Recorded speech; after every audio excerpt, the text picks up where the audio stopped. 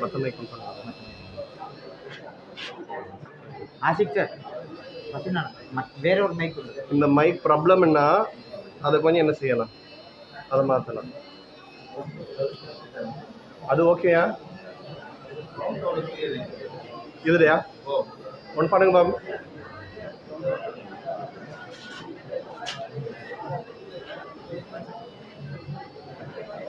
Bluetooth mode.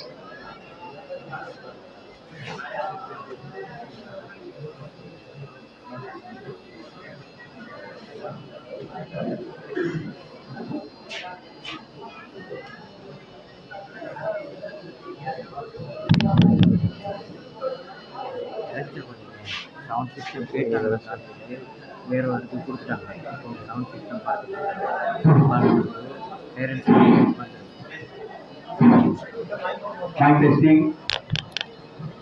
இதை கழட்டிட்டு அதை போடுங்க.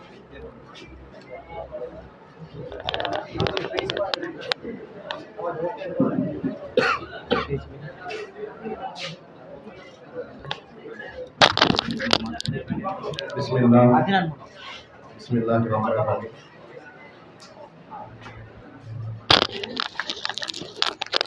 இதில் அந்த இறைச்சல் இல்லாட்டி ப்ராப்ளம் இல்லை. இறைச்சல் தேவை.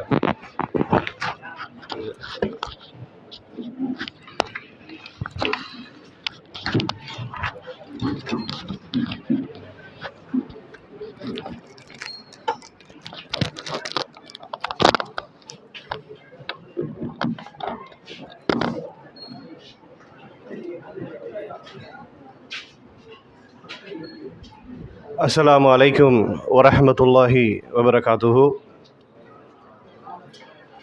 இன்னல் ஹம்துலில்லாஹ் நஹ்மதுஹு வ நுஸல்லி அலா ரசூலில் கரீம். அம்மா பாத். ஃபகத் கால அல்லாஹ் ஃபில் குர்ஆனில் மஜீத் வ தன்ஸீலில் அலீம். அஊது பில்லாஹி மினஷ் ஷைத்தானிர் ரஜீம். பிஸ்மில்லாஹிர் ரஹ்மானிர் ரஹீம். வல் அஸ்ர் இன்னல் இன்சான லஃபீ குஸ்ர் இல்லல் லஸீன ஆமனூ வ அமிலுஸ் ஸாலிஹாத்தி வ தவாஸவ் பில் ஹக்கி வ தவாஸவ் பிஸ் ஸப்ர்.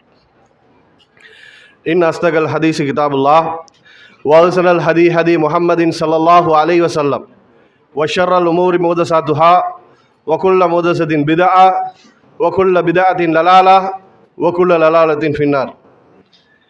ஏகனாகிய அல்லாஹ்வை போற்றி புகழ்ந்து சத்திய மார்க்கத்தை சத்தியமாகவே எடுத்து சொன்ன எங்கள் உயிரிலும் மேலான நபிகள் நாயகம் ஸல்லல்லாஹு அலைஹி வஸல்லம் அவர்கள் மீது சலவாத்தும் சலாமும் சொல்லி ஆரம்பம் செய்கிறேன். பேரன்புமிக்க மாணவ செல்வங்களே, ஆசிரியர்களே, இந்த நிகழ்ச்சியை ஆரம்பிக்கிறதுக்கு முன்னாடி நான் பேசுறது கேட்குதா? பின்னாடி உள்ளவங்க கை வருதுங்க. நல்லா தெளிவாக கேட்குதா? ரைட், சரி. இந்த நிகழ்ச்சியை ஆரம்பிக்கிறதுக்கு முன்னாடி ஒரு மிக முக்கியமான ஒரு விஷயத்தை உங்களுக்கு சொல்லி தந்துட்டு என்ன நிகழ்ச்சிகளுக்கு நான் போகிறேன். இந்த நிகழ்ச்சியை நான் ஆரம்பிக்கும் பொழுது ஒரு சூறாவை நான் ஓதிதான் இந்த நிகழ்ச்சியை நான் ஆரம்பம் செய்தேன். என்ன சூறா அது? சூரத்துல் அஸ்ர். குர்ஆனில் இருக்கக்கூடிய மிகச்சிறிய சூறாக்களில் ஒரு சூறா சூரத்துல் அஸ்ர். இந்த சூறா எதை பற்றினது தெரியுமா?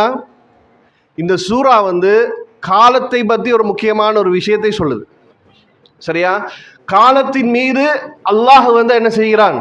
காலத்தின் மீது அல்லாஹ் சத்தியம் செய்கிறான். யார் சத்தியம் செய்கிறது? அல்லாஹ் சத்தியம் செய்கிறான்.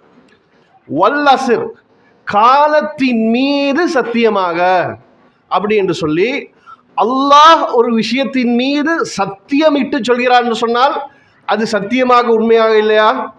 அது உண்மை. அல்லாஹ் சொல்கிறான், அது உண்மையா இல்லையா பிள்ளைகள்? அது உண்மை. அது பெருமதியானதா இல்லையா பிள்ளைகள்? அது பெருமதியானது. அப்ப அந்த அளவுக்கு பெருமதியானது தான் எங்களுடைய காலம்.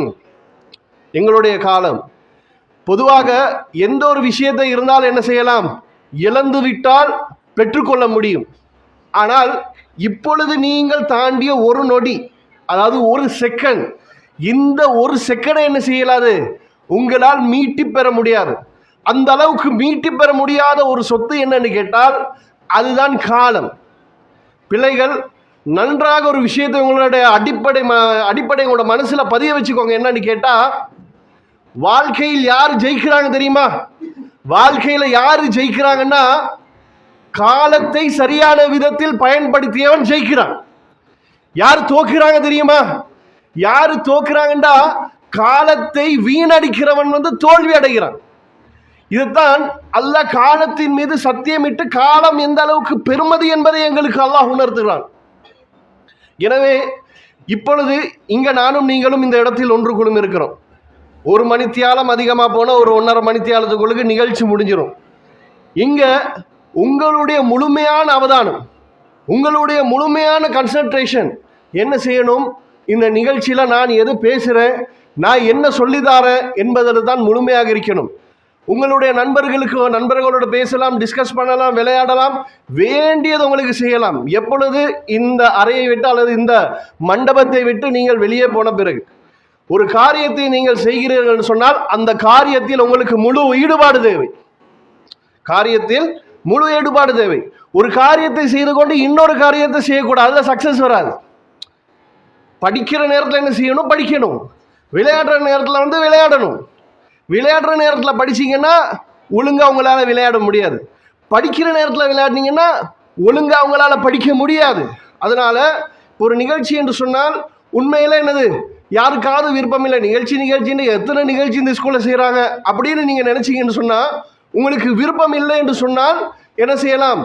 அமைதி காக்கலாம், அமைதியா இருக்கலாம். யாரோட பேசிக்கொண்டு இந்த கிளாஸ்ல செய்யற மாதிரி சேட்டைகள், முன்னுக்கு அவன் இருக்கிறான் அவனை குழப்புவோம், இடையில என்ன செய்வோம், இடையில பேசுவோம். பேசுறதுக்கு எவ்வளோ சந்தர்ப்பங்கள் இருக்குது, எவ்வளோ நேரங்கள் இருக்குது. அவங்க கிளாஸ்ல இன்டர்வல் டைம், வெளியில சந்திக்கிற எவ்வளோ நேரங்கள் இருக்குது. அந்த நேரத்தில் தாராளமாக பேசுங்க, தாராளமாக விளையாடுங்க, உங்களுடைய இன்னப்பெற காரியங்களை செய்யுங்க.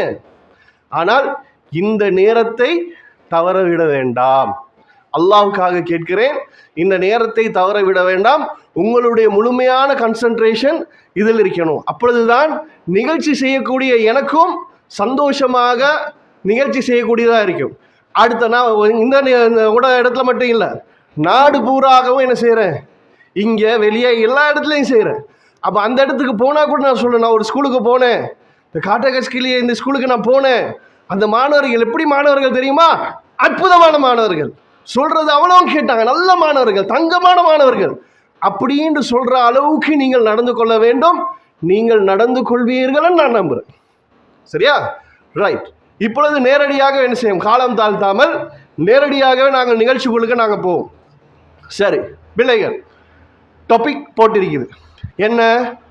ஹவு டு ஸ்டடி அப்படின்னா என்ன? படிக்கிறது எப்படி? 10ஆம் ஆண்டு வரைக்கும் வந்துட்டு இப்போதான் நாங்கள் என்ன செய்ய போகிறோம், படிக்கிறது எப்படி அப்படின்னு சொல்லி நாங்கள் பார்க்க போகிறோம். சரியா?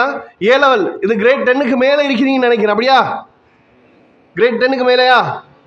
சரி பிள்ளைகள், இன்றைக்கு உங்களுக்கு ஒரு எரிச்சல் ஊட்டக்கூடிய, காதுகள் கேட்டு கேட்டு அல்லாஹ் எப்போ பார்த்தாலும் இதைத்தானே சொல்கிறாங்க அப்படின்னு சொல்லக்கூடிய ஒரு வார்த்தை எதுன்னு கேட்டால் அந்த ஒரு வார்த்தை என்னது?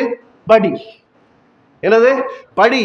வீட்டுக்கு போனாலும் படி, நண்பர்கள் சந்திச்சாலும் படி, ஆசிரியர் சந்திச்சாலும் படி, எல்லாரும் படி படி படி படி படி என்று சொல்லி அந்த படிப்பு என்ற ஒரு விஷயத்தை நான் மாணவர்கள் இன்றைக்கு எப்படி பார்க்கிறாங்கன்னு சொன்னால், படிப்பு என்று சொன்னால் அது ஒரு பிசாசு, படிப்பு என்று சொன்னால் அது ஒரு பேய், படிப்பு என்று சொன்னால் அது எனக்கு வெறுப்பு, அப்படி என்ற நிலைமைக்கு என்ன செஞ்சுட்டு இன்றைக்கு ஆயிடுச்சு. சரியா? ஆனா படிப்பு என்பது அவ்வளவு கசப்பான ஒரு மோசமான ஒரு விஷயம் கிடையவே கிடையாது. ஒரு அற்புதமான, ஒரு இன்ட்ரெஸ்டான, ஒரு லேசான ஒரு விஷயம். காரணம் என்ன?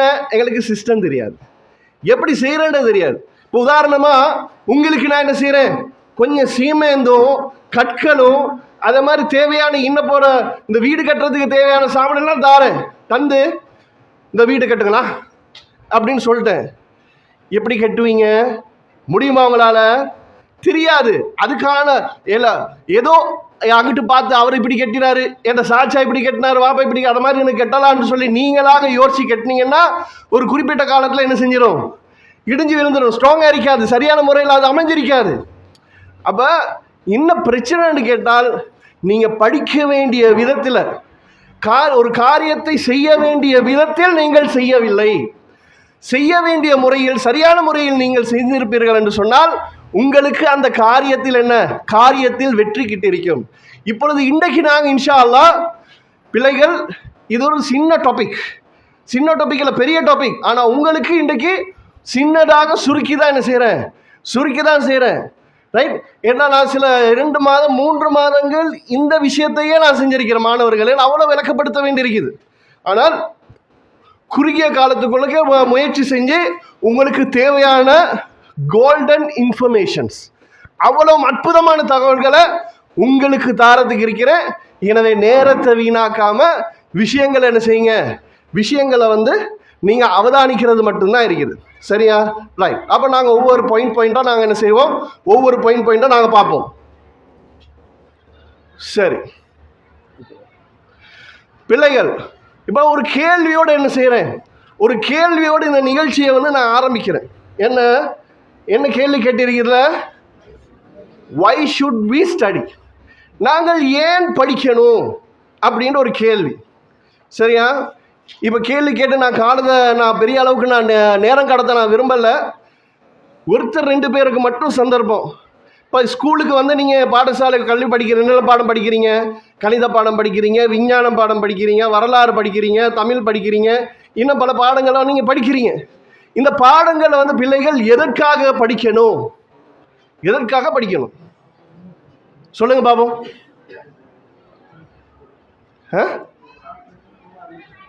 மாணவிகள் கைவர்த்து பேசலாம். சரி, நான் காலந்தாழ்த்த விரும்பல பிள்ளைகள். நிறைய மாணவர்கள் சொல்லக்கூடிய பதில் என்னன்னு கேட்டா, உண்மையாகவே அவங்க எதுக்கு படிக்கிறாங்கன்ற பதில் வருது. எதுக்கு படிக்கணும்ன்றது ஒரு கேள்வி, அந்த கேள்விக்கு பதில் வேற. நீங்கள் எதுக்கு படிக்கிறீர்கள் என்றதுக்கு தான் மாணவர்கள் என்ன செய்யறாங்க, மாணவர்கள் பதில் சொல்றாங்க. ஒரே மாதிரி லட்சக்கணக்கான மாணவர்களை சந்தித்தவன். சரியா? அப்ப மாணவர்கள்ட்ட நான் கேட்டிக்கிறேன், எதுக்கு நீங்க படிக்கிறீங்க, எதுக்கு படிக்கணும் அப்படின்னு கேட்டா அவங்க சொல்றாங்க, சார் வீட்டுக்கு போனா ரொம்ப தும்புக்கட்டையோட நிற்கிற, ஸ்கூலுக்கு போ படி என்று தும்புக்கட்டை நிற்கிறான், வீட்டில் இருந்தால் அடி விழும், அதனால என்ன செஞ்சுட்டு ஸ்கூலுக்கு வந்துட்டேன்ற ஒரு மாணவன். சில பெண் பிள்ளைகள்கிட்ட கேட்டேன், நீங்கள்லாம் எதுக்குமா ஸ்கூலுக்கு வரீங்க, எதுக்கு படிக்கிறீங்க, இந்த பாடங்கள் ஸ்கூலுக்கு வந்து ஏன் படிக்கிறீங்க அப்படின்னு கேட்டா அவங்க சொல்ற பதில் என்ன, சார் வீட்டில் இருந்தால் போரிங், ஸ்கூலுக்கு வந்தா ஜொலி, இது ஜொலி பண்ற இடம். ரைட். அவங்களோட பதில். இன்னும் சில பேர், சார் காசு பணம் சம்பாதிக்கிறதுக்கு. அப்படியா? சரி, ஓகே.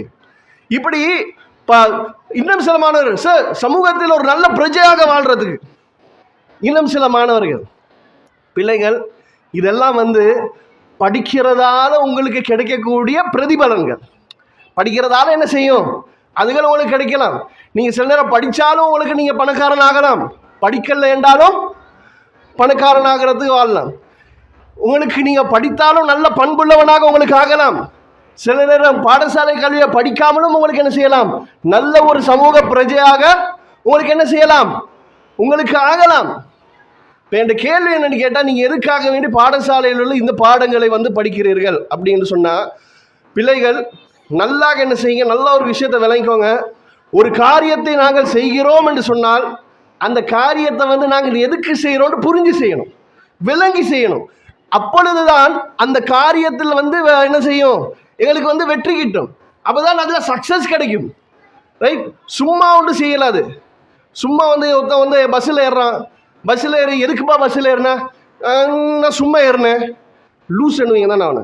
பட் பஸ்ஸில் ஏறினு சொன்னால் உனக்கு டார்கெட் என்னது, உன்னோட குறிக்கோள் என்னது, இங்கேருந்து கொழும்புக்கு போகணும், புத்தளத்துக்கு போகணும், ஏதோ ஒன்று சொல்லணுமா இல்லையா? அதை விட்டு நான் சும்மா தான் ஏறினேன், அப்போ என்னதை ஏறுறது, லூஸ் ரெண்டுவா அவனை. சரியா? அப்போ அந்த மாதிரி இல்லை.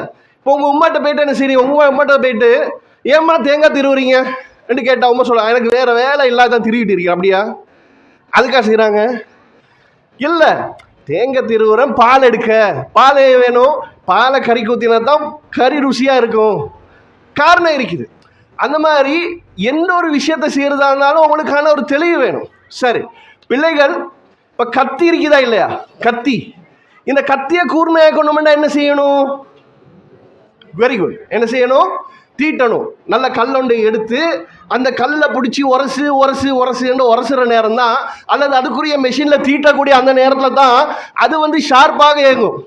அப்போ தான் என்ன செய்யணும், அப்போ தான் வந்து மரக்கறியானாலும் சரி எதானாலும் சரி என்னது டக்கு டக்குன்னு எங்களுக்கு வெட்டலாம். சும்மாவே புதிய கத்தி ஒன்றுமே செய்யலை, மிச்சக்காலம் சும்மாவே வைங்க, அதெல்லாம் எடுத்து வெட்டலான்னு எனக்கு நினைக்கிறீங்களா? இல்லை, துருப்பிடிச்சிரும். எவ்வளோ அறுத்தாலும் என்ன செய்யாது, எவ்வளோ வெட்டினாலும் என்ன செய்யாது, வெட்டிப்படாது. ரைட்? அந்த மாதிரி தான் எப்படி நாங்கள் கல்லில் எங்களுடைய கத்தியை நாங்கள் தீட்டுகிறோமோ அதுபோன்று எங்களுடைய மூளையை, எங்களுடைய புத்தியை நாங்கள் கூர்மையாக்கணும், எங்களுடைய புத்தியை வந்து நாங்கள் ஷார்ப்பாக்கணும். அப்படின்னு சொன்னால் நாங்கள் படிக்கணும் பிள்ளைகள். நாங்கள் படிக்க படிக்க படிக்க படிக்க தான் எங்களுடைய மூளை வந்து என்ன செய்யும், எங்களுடைய மூளை வந்து ஷார்ப்பாக இருக்கும். இப்போ மூளை என்று சொல்லும் பொழுது ஒரு விஷயம், பிள்ளைகள் ஒரு மனிதனுக்கு எத்தனை மூளை இருக்குது அது சொல்லுங்க பாப்பா. ஒன்று சொல்கிறவங்க கை ஒருத்தங்க 1 2 3 4 5 6 அவ்வளோதானா, 7 8 சரி. 2 என்று சொல்லக்கூடியவங்க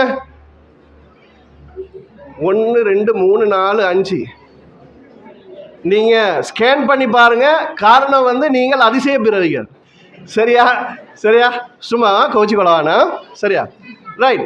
2 மூளை என்ன செய்யாது, 2 மூளை மனிதனுக்கு வராது, எந்த பிராணிக்கும் இல்லை. சரியா?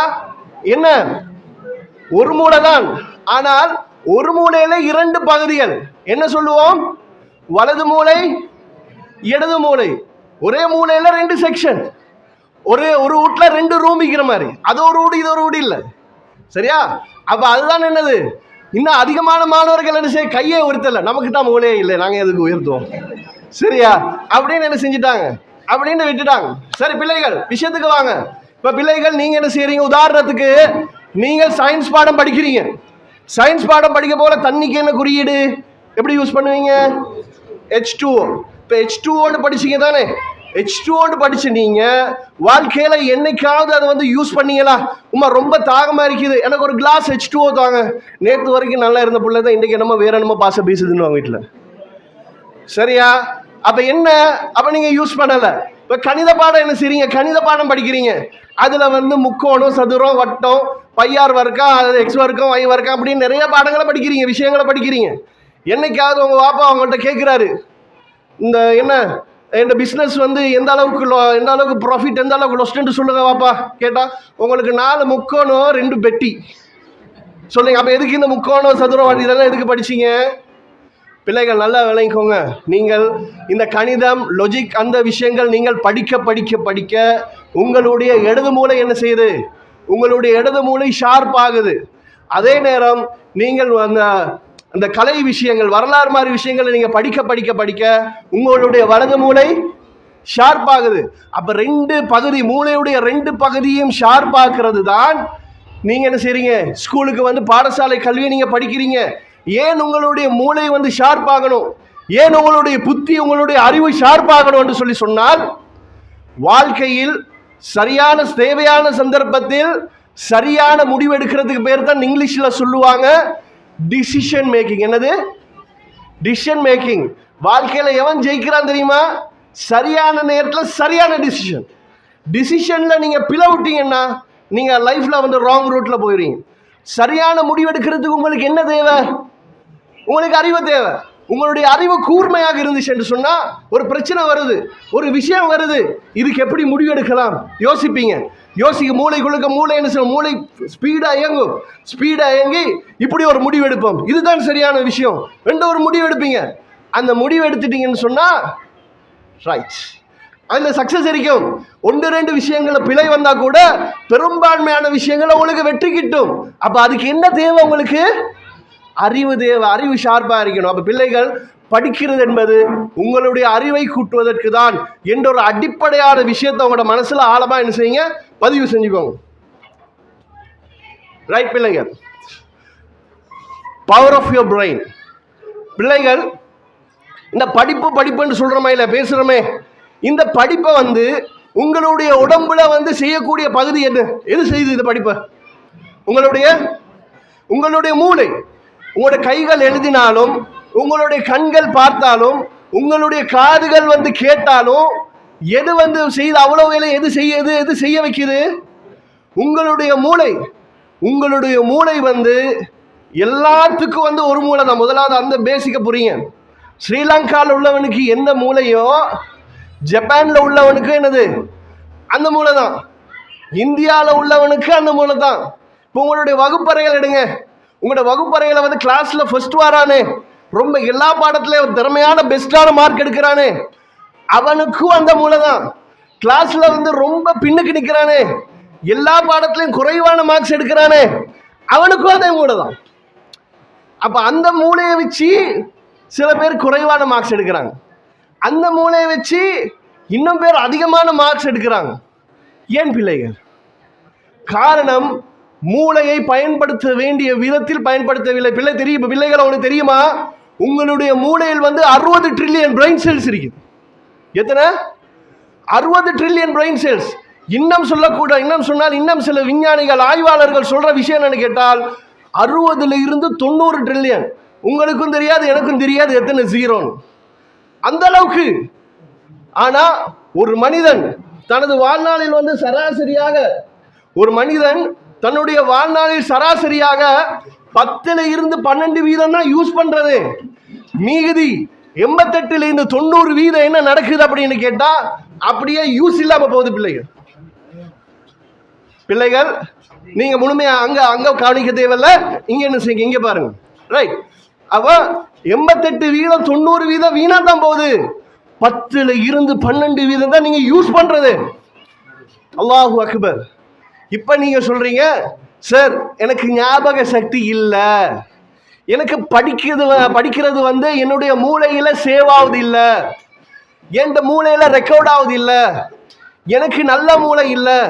கிளாஸ்ல ஒருத்தன் ஃபர்ஸ்ட் எடுக்கிறான்னு சொன்னா சார் அது அவன் மூளை, எனக்கு அந்த மூளை இல்ல, அதனால தான் நான் என்ன செய்யறேன், அதனால தான் வந்து நான் ஃபெயில் மார்க்ஸ் எடுக்கிறேன், அதனால தான் நான் குறைவான மார்க்ஸ் எடுக்கிறேன் அப்படின்னு சொல்லி நீங்க நினைக்கிறீங்கன்னு சொன்னால் பிள்ளைகள் அது சுத்தமாக பிழை. அப்படி அல்ல. நீங்கள் நினைத்தால் என்ன செய்யலாம்? உங்களுக்கு வந்து கிளாஸ்ல யார் கிளாஸ்ல ரொம்ப பின்னுக்கு நிக்கிறாங்களோ,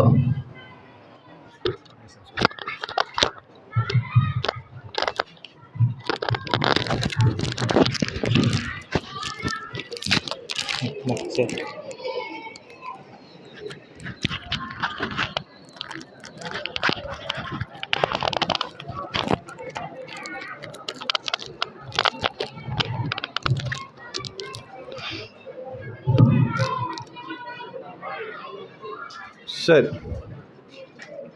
அப்ப கிளாஸ்ல யாரு வந்து ரொம்பவே பின்னுக்கு நிக்கிறாங்களோ அந்த பின்னுக்கு நிற்கக்கூடிய மாணவனுக்கு என்ன செய்யலாம்? நிச்சயமாக கிளாஸ்லயே முதலாவது இடம் வரலாம். அப்படி சில இடங்களில் நடந்தும் இருக்கிறது. அப்படியான சில மாணவர்களை நான் பார்த்தும் இருக்கிறேன். சரியா? ஒரு பாடசாலையில ஒரு மாணவன் வந்து எல்லாத்துலயுமே பின்னுக்கே நிக்கிறான், ஒழுங்கா படிக்க மாட்டேங்கிறான், எப்ப பார்த்தாலும் புக்குக்கு மேலே என்ன செய்யறான், புக்குக்கு மேலே தூங்குறான்னு சொல்லி சில ஒரு பெற்றோர் என்ன செஞ்சாங்க, பேசி இவனுக்கு வந்து கவுன்சிலிங் பண்ணணும், என்னமோ தெரியல இவனுக்கு அப்படின்னு சொல்லி என்னைய தொடர்பு கொண்டாங்க. அப்போ அந்த மாணவனுக்கு கவுன்சிலிங் பண்ணுறதுக்கு நான் போயிருந்தேன். கவுன்சிலிங் பண்ணி அப்போ அவனோட பேசுகிறேன். என்னவாப்பா உனக்கு பிரச்சனை, நீ ஏன் படிக்க மாட்டேங்கிற, உனக்கு என்ன பிரச்சனை? இல்லை சார் எனக்கு முடியலை, எனக்கு திறமை இல்லை, என் சாரும் அப்படி தான் சொல்கிறாரு, டீச்சரும் அப்படி தான் சொல்கிறாங்க, எங்களோட உமாவை அப்படி தான் என்ன செய்கிறாங்க, என்னோட உமா அப்படி தான் சொல்கிறாங்க, எனக்கு மாடு மேய்க்கத்தான் லாய்க்குன்னு சொல்கிறாங்க. இல்லை சார் எனக்கு படிப்பு வராது, எனக்கு படிப்பிட வேலை, எனக்கு வெறுப்பு சார், இன்ட்ரெஸ்ட் இல்லை சார் அப்படின்னு நான் சொன்னேன். யார் சொன்னா உன்னால முடியாதுன்னு? யார் சொன்னா? தப்பு. யார் சொன்னாலும் தப்பு. உன்னால முடியும், அவனுக்கு புரியப்படுத்துறேன். ஆனால் உனக்கு இருக்கிற அதே மூலம் தான் உனக்கு கிளாஸ்ல ஃபர்ஸ்ட்ல இருக்கிறவனை எடுக்கிறான், அவனுக்கு அதே மூலம் தான். பிரச்சனை இல்லை, நீ முயற்சி செய்ய வேண்டிய விதத்துல செய்யல. உனக்கு திறமை இருக்குது, முதலாவது உனக்கு திறமை இருக்குதுன்னு முதலாவது நீ நம்பு. உனக்கு நம்பிக்கை இல்லைன்னா உனக்கு வராது. நீ நம்பணும், எனக்கு இது முடியும், என்னால மார்க்ஸ் எடுக்கணும், நான் நல்லா படிப்பேன், படிக்கிறதெல்லாம் என்னுடைய ஞாபகத்துல நிற்கும் என்று அவன் நம்பணும்.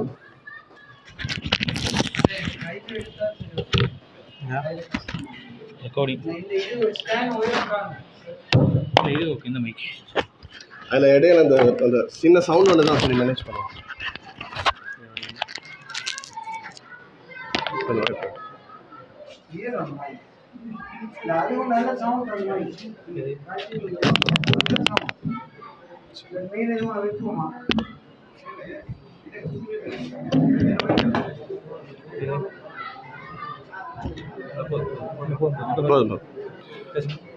சரி, அப்படி இப்போ அந்த மாணவனை என்ன செய்கிறேன், அந்த மாணவனுக்கு நான் வந்து புரியப்படுத்துகிறேன். இல்லை, உன்னால் முடியும், உன்னால் நல்ல மார்க் எடுக்கலும், நீ சரியான விதத்தில் படிக்கல, நான் சொல்லக்கூடிய மெத்தடை ஃபாலோ பண்ணு, இந்த நேரத்தில் எழும்பி படி, இந்த மாதிரி நான் சொல்லக்கூடிய மெத்தடை யூஸ் பண்ணி படி, இப்படி விஷயங்களை ஞாபகத்தில் வச்சுக்கோ என்று சொல்லி அவனுக்கு என்ன செய்கிறேன், அவனுக்கு வந்து கைட் பண்ணுறேன். கைட் பண்ணி அப்பயே அவனுக்கு நம்பிக்கை இல்லை. இல்லை சார், எத்தனையோ நிகழ்ச்சி நானும் உட்காந்துட்டேன், ஒன்றும் நடக்கிற மாதிரி இல்லை சார், இன்ட்ரெஸ்ட் இல்லை சார், இல்லை சார் வருது இல்லை சார் அப்படிங்கிறான். நான் சொல்ல நம்பு, வரும், நம்பு, 7 மணி. சரி சார், இன்ஷா அல்லாஹ் நான் நாளையிலேருந்து தொடங்குறேன் சார், காலையிலேருந்து படிக்கிறேன் சார், நான் முயற்சி செய்கிறேன் சார் அப்படின்னு சொல்லி நான் சொன்னேன். வெற்றியிட முதல் படி அதுதான், முயற்சி. ஸ்டார்ட் பண்ணு, முதலாவது உன்னைய நம்பு, நம்பிக்கையோட முயற்சி செய், கண்டிப்பாக உன்னால் நல்ல மார்க்ஸ் எடுக்கணும். ரைட்? அப்போ இந்த மாணவன் வந்து கிரேட் 9 படிக்கக்கூடிய மாணவன், அவன் எல்லாத்துலையும் வெறுப்பு. அவனோட ரிசல்ட்ஸ் என்ன தெரியுமா? அவனோட ரிசல்ட்ஸ் அல்லாஹ்வின் மீது ஆணையாக 7A 2B. அவனோட ரிசல்ட்ஸ் அல்லாஹு அக்பர். கிளாஸில் எப்படிப்பட்டவன், பின்னுக்க ஒன்றிலேயும் மார்க் இல்லை, படிப்பண்டாலே வெறுப்பு. அல்ஹம்துலில்லாஹ் முடியும், அவனால் எடுக்க முடியும் என்றா பிள்ளைகள், ஏன் உங்களால் முடியாது? முதலாவது உங்கள் மீது நம்பிக்கை வையுங்கள், உங்களால் முடியும் என்று நம்புங்க. ரைட்? அப்போ அதுக்காக வேண்டிதான் வெவ்வேறான மூளைகள் கிடையாது. உங்களுக்கு எல்லாம் தெரியும், டாக்டர் ஜாகிர் நாயக் தெரியுமா? ஒரு புத்தகத்தை ஒரு முறை வாசித்தால் அந்த புத்தகத்தில் இருக்கக்கூடிய, புத்தகத்தை எழுதியவருக்கே அவர் எழுதினது எத்தனாவது பக்கத்தில் இருக்கிறது தெரியாது, அவருக்கு தெரியும். இந்த புத்தகத்தில் 10வது பக்கத்தில் 3வது பந்தியில் நீங்கள் இப்படி சொல்லியிருக்கிறீர்கள்.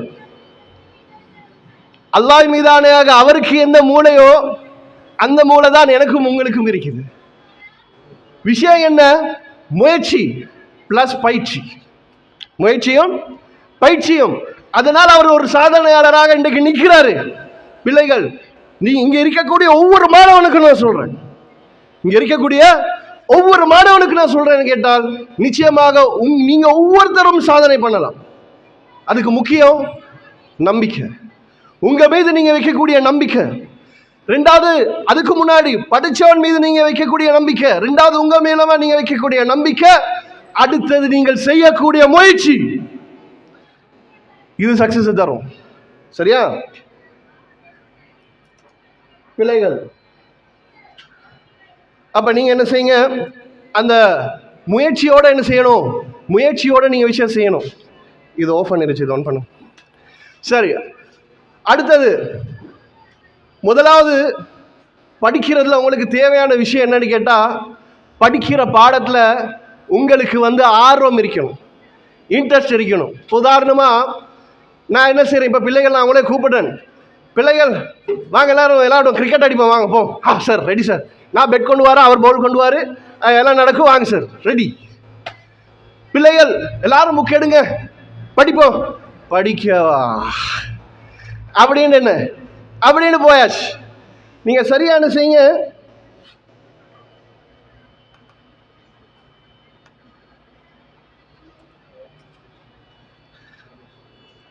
சரி, நீங்க சரியா என்ன செய்யுங்க, சரியா நீங்க வந்து யோசிங்க. என்னன்னு சொன்னா, உங்களுக்கு புத்தகம் தூக்குறது கஷ்டமா, பெட்டை தூக்குறது கஷ்டமா? பாரமெண்ட் அடிப்படையில் மனசுல கஷ்டம் வேற, மனசுல புக்கை தூக்குறது தான் கஷ்டம், மனசுல புக்கை தூக்குறது கஷ்டம். ஆனா உண்மையாக எது பாரம்? புக்கு பாரமா, பெட் பாரமா? பெட் தான். என்னது பெட் தான் பாரம். ஆனா அந்த பெட்டை தூக்கி அடிக்கிறதுக்கு, கிரிக்கெட் விளையாடுறதுக்கு, பாஞ்சு கச்சை பிடிக்கிற 2 பேர்ல பாயிறதுக்கு, விழுறதுக்கு, கை கால்களை உறைஞ்சி அதுக்கு மேலே ஓடுறது, அதெல்லாம் கணக்கில்லை, ஓடும் அதெல்லாம் ரெடி. அதை படிக்கும் பொழுது ஒரு விஷயம் விலங்கல்லாட்டி அல்லாஹ் தலைவலிக்குதே, சரி வராது, சரியா வச்சாச்சு. ஆனால் இப்போ போல போட்டுட்டீங்க, அடிச்சுட்டா உங்களுக்கு எதிர் டீமில் ஒரு சிக்ஸர், மாவனே எனக்கு அடிச்சாய் சிக்ஸர்ஸ் போடுறேன், யோக்கராக போடுறேன் பாரு, சரியா? அப்படியே டார்கெட் பண்ணி எப்படி சரி புஷ் இறக்கியாச்சு மலிங்கா மாதிரி, ரைட்? பொழு இதுக்கெல்லாம் திறமை இருக்குது, இதெல்லாம் செய்யலாம், சரியா? ஆனால் படிக்கிற நேரம் ஒரு சின்ன ஒரு இது வந்துட்டா விளங்குது இல்லை, சரி வராது, எனக்கு ஏறாது, முடிவு எடுக்கிறீங்க, தவறு. அப்போ விளையாட்டுலன்னு சொன்னால் எப்படி எடுக்கிறீங்க? நீங்கள் புக் எடுத்து நீங்கள் படிக்கிறீங்கன்னா, கிரிக்கெட் விளையாட்டு பாஞ்சு புக் எடுத்து பாஞ்சு போயிட்டு படிக்கிறீங்களா? பாஞ்சு போடுறீங்களா? அது விளையாட்டுக்கு சொல்லுவாங்க என்னது விழுந்து படிக்கணும்னு. அப்படி விழுந்து தான் படிக்கிறீங்களா? இல்லை. அப்போ படிப்பு என்பது அப்படி கஷ்டமானது இல்லை.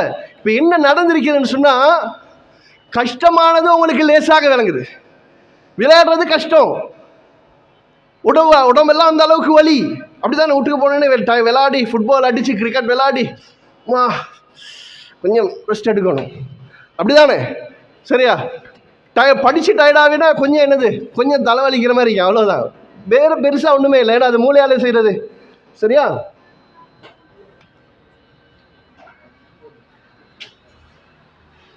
சரியா? ரைட். அப்போ பிள்ளைகள் அப்போ ஆர்வத்தோடு என்னது படிக்கிற விஷயங்களை ஆர்வத்தோடு நீங்கள் படிப்பீங்கன்னு சொன்னால், படிக்கிற விஷயங்களை ஆர்வத்தோடு நீங்கள் படிப்பீங்கன்னு சொன்னால் அது என்ன செய்யும்? அது உங்களுடைய ஞாபகத்தில் வந்து சூப்பராக என்ன செய்யும்? பதியும். எந்த அளவுக்குன்னு சொன்னால், இப்போ கிளாஸில் பாடங்களில் ரொம்ப பின்னுக்கு இருக்கிறவன் அவனை கூப்பிட்டு இங்கே வாங்க வாப்பா, இந்த சினிமாவில் இந்த நடிகர் இந்த பாடலை வந்து படித்து காட்டுங்கன்னு சொன்னால் அப்படியே இசை நயம் மாறாமல் பாட்டை படித்து காட்டுவார். ஆனால் சயின்ஸ் புக்கை 10 தடவை படித்தாச்சு, ஆனால் ஒன்றும் வரல, அது வரல. இது வந்திருக்குது. ஒரு மன்னரை வரலாறுல படிக்கக்கூடிய ஒரு மன்னனை பற்றி கேள்வி கேட்டால் தெரியாது. ஒரு கிரிக்கெட்டர் கேளுங்க, குமார் சங்கக்கார யாருன்னு சொல்லுங்க, அவரை தெரியுமா? அவரை தெரியாட்டி வேலை. அவர் இப்படி, அவர் அப்படி, இந்த ஸ்கூலில் படித்தார், இதை செஞ்சார், அது செஞ்சார், இத்தனை செஞ்சுரி, இத்தனை ஹாஃப் செஞ்சுரி, இத்தனை ஸ்கோர், டெஸ்ட் மேட்சில் இப்படி, ஒன் டேயில் இப்படி, 2020 இப்படி சொல்ல முடியுது இல்லையா? ஆனால் என்னது இல்லை, அடே அதுக்கும் மெமரி தேவை. நீ அவ்வளவு சொல்றிய மாஷா அல்லாஹ், அது ஒன்று மெமரி, அல்ஹம்துலில்லாஹ் அது ஒன்று மெமரி, உனக்கு மெமரி பவர் இருக்குது. விஷயம் என்ன தெரியுமா? இன்ட்ரெஸ்டா அங்கே கொடுத்துட்டாய், இங்கே கொடுக்கல. ஒரு வெறுப்போடு பார்க்கறது. புக் எடுக்க போகிற கிளாஸுக்கு டீச்சர் வாராரு, சார் கிளாஸுக்கு அஸ்ஸலாமு அலைக்கும் பிள்ளைகள் அப்படின்னு வாராரு. வரும் பொழுது வந்துட்டார் மனுஷன், முடிஞ்சு ஏன் தான் வந்தாரோ தெரியா, சரியா? அப்படி நாங்கள் அப்படி பாடங்களை நாங்கள் வெறுக்கிறோம். அந்த வெறுக்கிற அந்த விளைவு உங்களுடைய மூளை என்ன செய்தில்லை? பாடத்தை உள்வாங்கதில்லை, என்கோட் பண்ணதில்லை. என்கோட் பண்ணாத எந்த விஷயமும் உங்களுடைய ஞாபகத்தில் நிற்காத பிள்ளைகள், சரியா?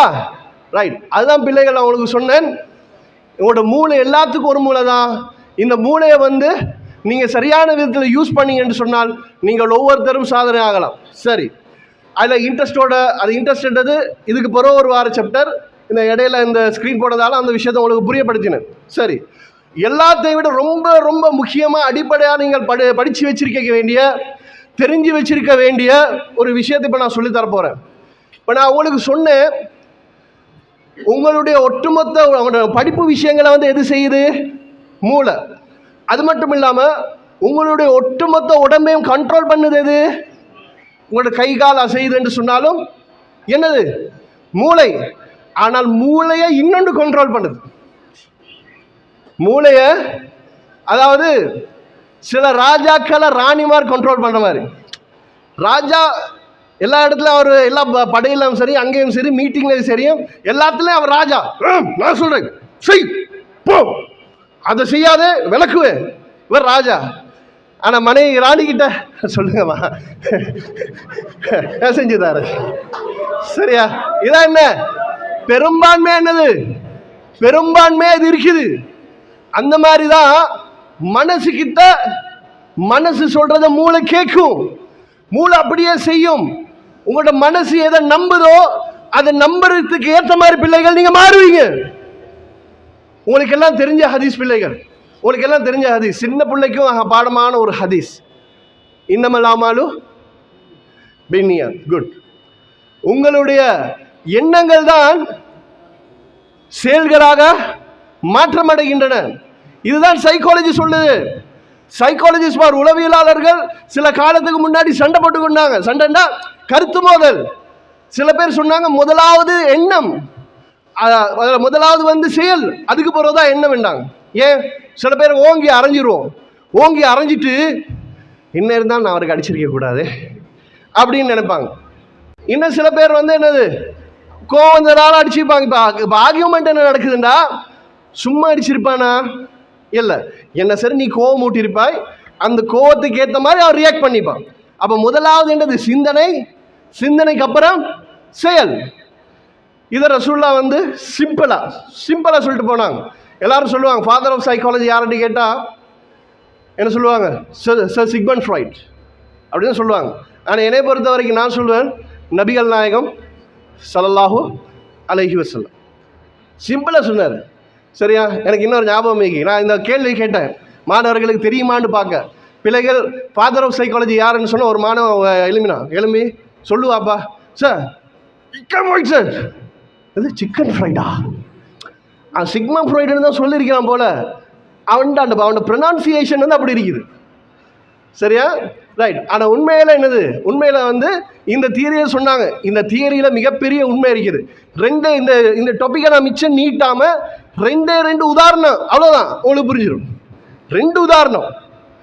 ஒரு நியூஸ் என்னன்னு கேட்டால், ஒரு மேகசினில் ஒரு செய்தி ஒன்று வருது. என்னென்னா, ஒரு ஹஸ்பண்டும் ஒய்ஃபுக்கு இடையில் ஒரு பிரச்சனையில் ஒய்ஃப் முடிவு எடுத்துட்டா சூசைட், தற்கொலை பண்ணுறது. எங்களோட மார்க்கெட்டில் கூடுமா? யார் தன்னைத்தானே மாய்த்து கொள்வானோ அவன் தன்னுடைய இருப்பிடத்தை நரகத்தில் எடுத்துக்கொள்ளட்டும் என்றாங்க ரசூலுல்லாஹி ஸல்லல்லாஹு அலைஹி வஸல்லம். அது தூக்கு போட்டு தான் என்னது?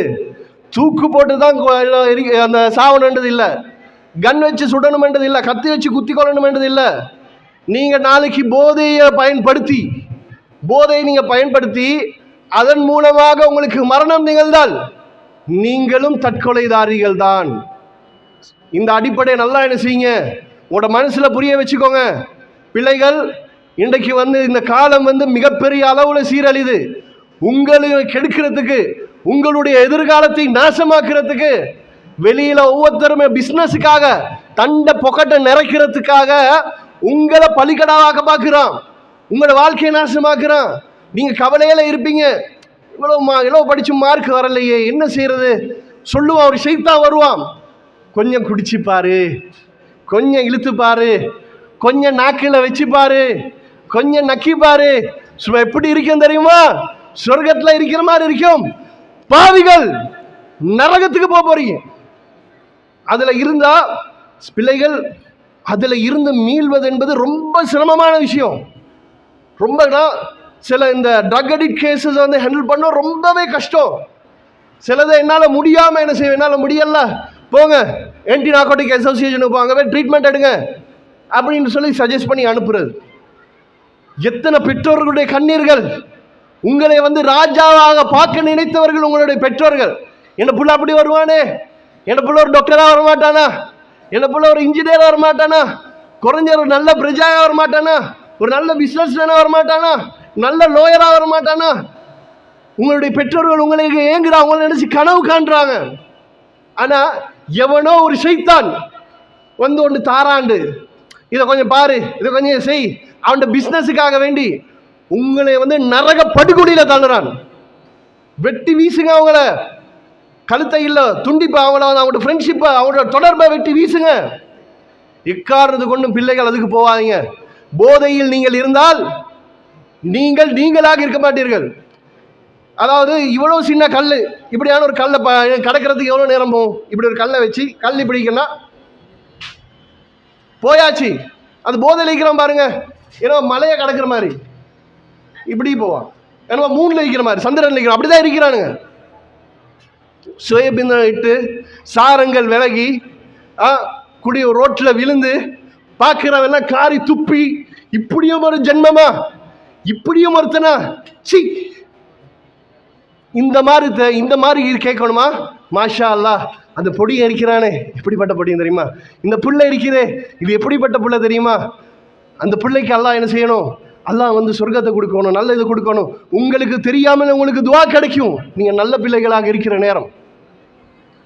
சரி, அப்போ ரைட், அப்போ தற்கொலை அதுதான் விளக்கப்படுத்திட்டு இருந்தேன். சரி, இப்போ அந்த பொம்பளை என்ன செய்கிறா? தற்கொலை பண்ணுறா. தற்கொலை பண்ணுறதுக்கு என்ன செய்கிறான்னு கேட்டால், அவட கிச்சனில் போய் ஒரு பாட்டில் லேபிள் பாய்சன் ஒட்டிக்குது. பாய்சன் என்ன? விஷம். குடிச்சாச்சு, எல்லாத்தையும் சாப்பிட்டாச்சு. ஹாஸ்பிட்டலுக்கு போயிட்டு டாக்டர்ஸ் வந்து பாடியை செக் பண்ணுறாங்க. செக் பண்ணினா எல்லா டாக்டர்ஸுக்குமே ஷாக். என்னது? உண்மையாக அவள் செத்து போயிட்டு இருந்தாலும் பாய்சன் என்ற பாட்டிலில் அந்த லேபிள் தான் ஒட்டி இருந்துச்சே தவிர உண்மையாகவே அவள் சாப்பிட்டது பாய்சனே இல்லை. என்ன? பத்தைக்கக்கூடிய பட்பொடி, பேஸ்ட். பேஸ்ட்டை திண்டு உயிர் போயிட்டு எப்படி சாத்தியம்? உண்மையா சார்? இப்படியெல்லாம் நடக்குமா சார்? அது உண்மையான நியூஸா? சத்தியமாக உண்மையாக நியூஸ் தான். டாக்டர்ஸ் வந்து விளக்கம் கொடுக்குறாங்க. என்ன நடந்துச்சு தெரியுமா? என்ன நடந்ததுன்னு சொன்னால், எங்களுடைய ஒட்டுமொத்த உடம்பையும் இயக்கிறது எங்களுடைய மூளையாக இருந்தாலும், எங்களுடைய மூளையை இயக்கிறது என்னது? எங்களுடைய மனசு. மனசு மூளையை நம்ப வச்சிச்சு இது விஷம்ன்றதை நம்ப வச்சிச்சு. மூளை மனசு சொல்றதை நம்பும், மூளை மனசு சொல்றதை நம்பும்.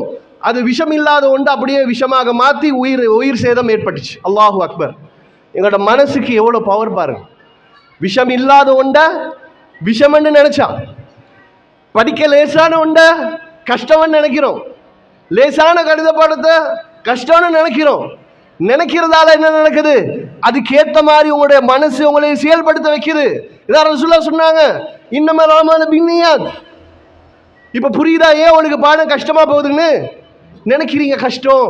ஒரு தடவை புரியலாட்டி இது வராது, எனக்கெல்லாம் மூளை இல்லை, எனக்கெல்லாம் அந்த அளவுக்கு டேலண்ட் இல்லை, திறமை இல்லை, என்னால் முடியாது நீங்கள் நினைக்கிறீங்க. போதா குறைக்கு டீச்சர் உங்களை திட்டுறது, போதா குறை உங்களுடைய வீட்டில் உள்ளவங்க திட்டுறது, நண்பர்கள் பிறர் சொல்றது, எல்லாத்தையும் வச்சு உங்களோட மனசை நம்புது. சரியா? இதே மாதிரி இன்னொரு உதாரணத்தை என்ன செய்கிறேன், இன்னொரு உதாரணத்தையும் சொல்கிறேன். அது நெகட்டிவ். பாசிட்டிவ்க்கு என்னுடைய நண்பர் மிகப்பெரிய ஒரு உளவியலாளர் தான். அவரோட ஒருத்தர் பயணம் போயிட்டு கொண்டிருக்கிற நேரம் கடுமையான வயிற்று வலி. பக்கத்தில் ஹாஸ்பிட்டலோ ஃபார்மசியோ ஒன்றுமே கிடையாது. துடிக்கிறார் நண்பர். கேட்குறாரு, என்ன சரி தாங்க, என்னால் முடியலை, என்ன சரி ஒரு மருந்து தாங்க, என்ன சரி டேப்லெட் ஒன்று தாங்க, என்ன பண்ணலாம், ரொம்ப பாவமாக இருக்குது, இன்னும் சரி செஞ்சு தான் ஆகணும். சரி, நான் இப்போ ஒரு மருந்து தருவேன், ஹை பவர், குடிச்சு 2 நிமிஷத்தில் வயிற்று வலி போன இடம் தெரியாது. ஒரே ஒரு கண்டிஷன் என்ன? கண்ணை மூடிட்டு தான் குடிக்கணும். என்ன செஞ்சார் தெரியுமா? நைஸாக ஷர்ட் பட்டனை பிச்சார். ஷர்ட் பட்டனை பிச்சு அவரோட கையில் வச்சாச்சு, தண்ணி போத்தலையும் கையில் கொடுத்தாச்சு. இப்போ இவரோட கையில் என்ன இருக்குது? பட்டன். அவரை பொறுத்த வரைக்கும் என்னது? டேப்லெட் வாயில் போட்டாச்சு, மருந்தையும் குடிச்சாச்சு. ஒரு 2-3 நிமிஷத்தில் அல்ஹம்துலில்லாஹ் இப்போ தான் என்னோடய வயிற்று வலி சரியாக போச்சுண்டா. இது எப்படி பிள்ளைங்க? மனசு நம்பிச்சு, மருந்து இல்லாத ஒன்றை மருந்தாக மாற்றிச்சு. உங்களை மாதிரி மாணவனாக இருக்கிற நேரம் தான் நானும் ஸ்கூல் கட் அடிக்கிறதுக்கு, உங்களை மாதிரி தான் நானும் வந்தேன். ஸ்கூல் கட் அடிக்கிறதுக்கு சரியான வயிற்று, எனக்கு நான் ஸ்கூல் போகலம்மா, இப்படி வயிற்று போய் ஆக்டிங். ரஜினிகாந்த் எல்லாம் தோற்றுருவான் ஆக்டிங், ரைட்? அது சில நேரம் உண்மைக்குமே எனக்கு வயிற்று வலி வந்துட்டு, பொய் தான் சொன்னேன். அதே எப்படிடா, பொய் தானே சொன்னேன் வயிற்று வலின்னு. என்னது? மெசேஜ் போயிடுச்சு, நம்பிட்டு மூளை வயிற்று வலி. அல்லாஹு அக்பர். பிள்ளைகள், நீங்கள் பாசிட்டிவாக நினைங்க, எனக்கு முடியும், எனக்கு திறமை இருக்குது, கணித பாடம் லேசானது, எல்லா பாடமும் லேசானது, நான் கண்டிப்பாக சிறந்த பேரை எடுப்பேன். முதல்ல உங்களை நம்புங்க. உங்களோட மனசு மூலமாக உங்களோட மூளைக்கு நீங்கள் சொல்லுங்கள் தகவலை. சரியா? இப்போ மனசை 2-3 பிரித்து அது வேறு விளக்கம் சொல்ல போனால் அது இன்னும் உங்களுக்கு இன்னும் மனசை பற்றி பேசலான்னு 2-3 மணித்தாலும் பேசுவேன். ஆனால் நான் நேரத்தை கடத்த விரும்பலை பிள்ளைகள். அதனால் நல்லதே நினைங்க, என்னால் முடியும், எனக்கு கேளும், நான் செய்வேன், என்னை நீங்கள் நினைங்க. அப்படி நினைத்தால் கண்டிப்பாக என்ன செய்ய முடியும்? உங்களுடைய மனசுடைய சப்போர்ட்டில், உங்களுடைய மூளையுடைய இயக்கத்தில் உங்களால் ஒரு சாதனையாளராக, உங்களால் ஒரு வெற்றியாளனாக உங்களுக்கு என்ன செய்யலாம்? உங்களுக்கு வரலாம். சரி, பார்ப்போம். சரி, இப்போ மூளையை பற்றி சொன்னேன், மனசை பற்றி சொன்னேன். இப்போ படிக்கிறதுக்கு முதலாவது உங்களோட மைண்ட் ரிலாக்ஸேஷன் ஒன்று தேவை. மைண்டை வந்து என்ன செய்யணும்? மைண்டை ரிலாக்ஸ் பண்ணணும். ஒரு பாடத்தை படிக்கிறதுக்கு முன்னாடி நான் ஒரு எக்ஸசைஸ் சொல்லித்தரேன். இந்த எக்ஸசைஸை என்ன செய்யுங்க, இந்த எக்ஸசைஸை குறைஞ்சது 21 நாளைக்கு என்ன செய்யுங்க, 21 நாளைக்கு இந்த எக்ஸசைஸை வந்து நீங்கள் பயிற்சி செய்யுங்க. சரி, இப்போ பாருங்கள், உங்களுடைய வாழ்நாளைகளில் உங்களுக்கு ரொம்ப சந்தோஷம் தந்த நாள் என்ன நாள் என்றதை கொஞ்சம் யோசிச்சு பாருங்க. அது எனக்கு தெரியாது, ஒவ்வொருத்தருக்கும் வித்தியாசம். சில பேருக்கு அவர்களுடைய திருமண நாளாக இருக்கிறது, கல்யாணம் முடிச்சவங்க. ஏன்னா அவன் அன்னைக்கு தான் கடைசியாக சந்தோஷமாக இருந்தான். சரியா? ரைட்?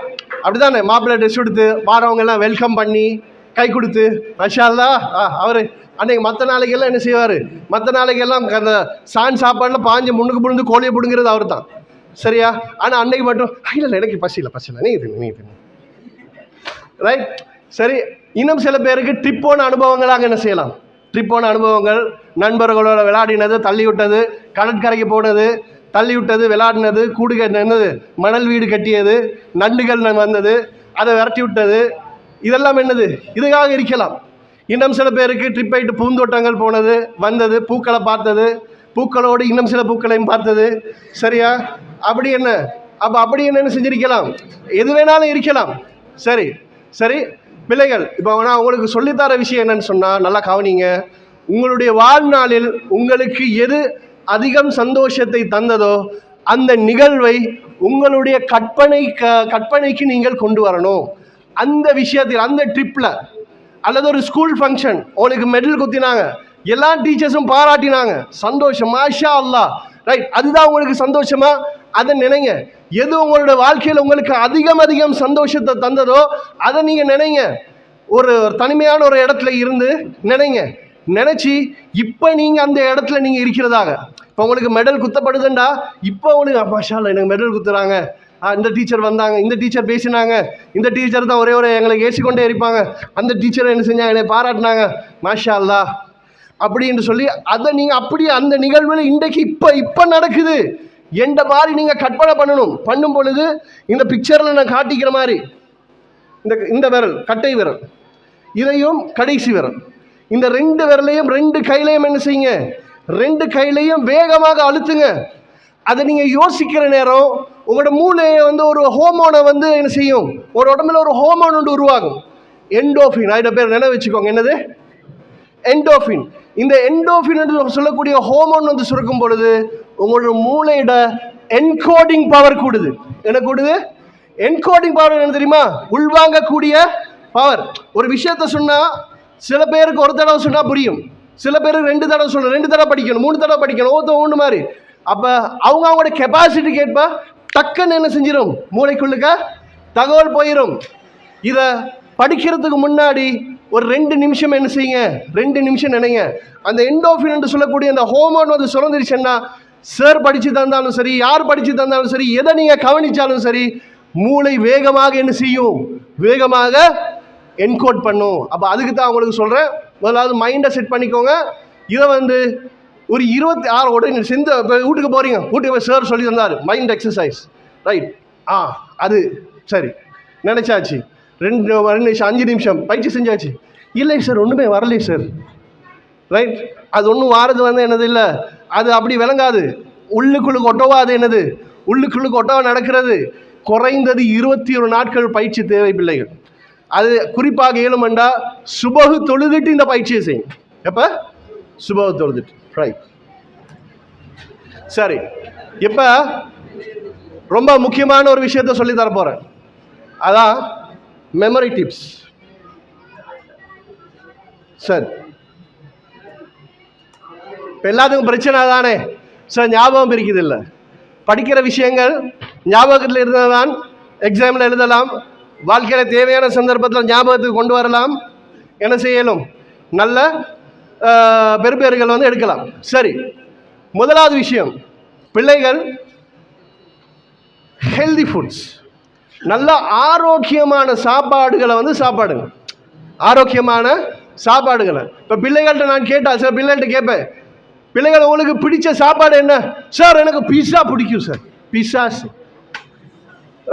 சார், எனக்கு கொத்து பிடிக்கும் சார், எனக்கு பிரியாணி பிடிக்கும் சார், சார் எனக்கு அது பிடிக்கும் சார்.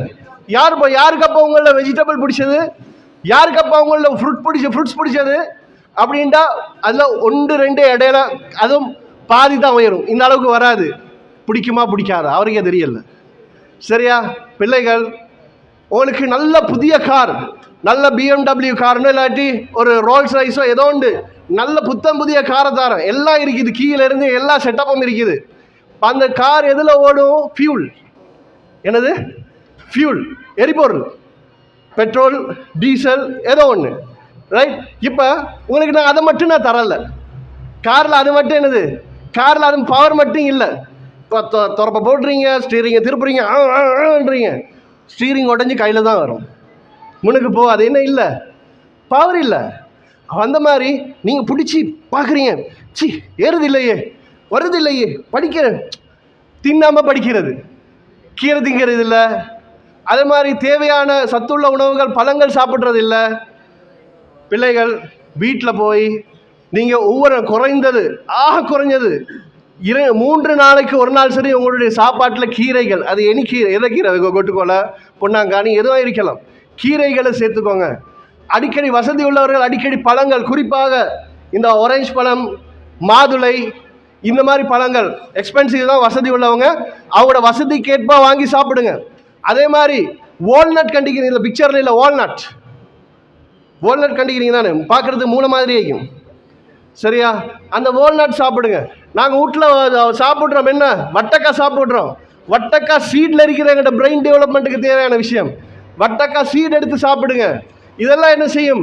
உங்களோட மூளைக்கு தேவையான, மெமரிக்கு தேவையான பவரை கொடுக்கும். அப்போ முதலாவது பவர் தேவை, அந்த பவரை நீங்கள் கொடுங்கன்னு சொல்லி கேட்டுக்கொள்கிறேன். நெக்ஸ்ட், இன்ட்ரெஸ்ட்டை பற்றி உங்களுக்கு ஏற்கனவே விளக்கப்படுத்தினேன். சரி, அடுத்த முக்கியமான விஷயம் அட்டென்ஷன். அட்டென்ஷன் என்ன தெரியுமா? Attention is the key of memory. Attention, கவனிக்கிறது, கன்சன்ட்ரேஷன், கவனிக்கிறது தான் ஞாபக சக்தியுடைய திறவுகோல். கவனிக்கல் என்றா என்கோடிங் இல்லை, என்கோடிங் இல்லைண்டா ஞாபகத்துக்கு வராது. பிள்ளைகள் கவனிக்கிறது என்ன தெரியுமா? கவனிக்கிற, இப்போ நான் என்ன செய்யறேன், நான் இங்கே பேசுறேன், நான் இங்கே பேசும் பொழுது நான் பேசுறது மட்டும்தான் உங்களுடைய காதுகள் கேட்கணும். உங்களுடைய கண்கள் என்னைய மட்டும்தான் பார்க்கணும். உங்களுடைய மூளை நான் சொல்வதை மட்டும்தான் என்ன செய்யணும், சிந்திக்கணும். இதுக்கு பேர் தான் என்னது? இதுக்கு பேர் தான் அட்டென்ஷன், கவனிக்கிறது. பிள்ளைகள் பார்க்கிறதுக்கும் கவனிக்கிறதுக்கும் வேறுபாடு இருக்குது. நீங்க உங்களுடைய பஜார்ல, உங்களுடைய கழித்தரில் போறீங்க, ஒரு 100-150 கடை இருக்கும். உங்களுக்கு அதுல ஒரு 10-15 கடை தெரியும். கேட்டா இது இந்த கடை தெரியுமென்றுவீங்க. ஆனால் வளமையாக அதே ரூட்ல போவீங்க, அந்த கடையை நீங்க பார்த்தும் இருப்பீங்க. ஆனா உங்கள்கிட்ட கேட்டா தெரியாது, இந்த கடை எங்க இருக்குது, இந்த ஹார்ட்வேர், இந்த பேர் இது எங்க இருக்குது, சரியா தெரியலை சார் அப்படின்னீங்க. ஆனால் வளமையாக அதுதான் கடந்து போயிட்டு இருப்பீங்க. காரணம், நீங்க பார்த்தீங்க, என்ன செய்யல, கவனிக்கல.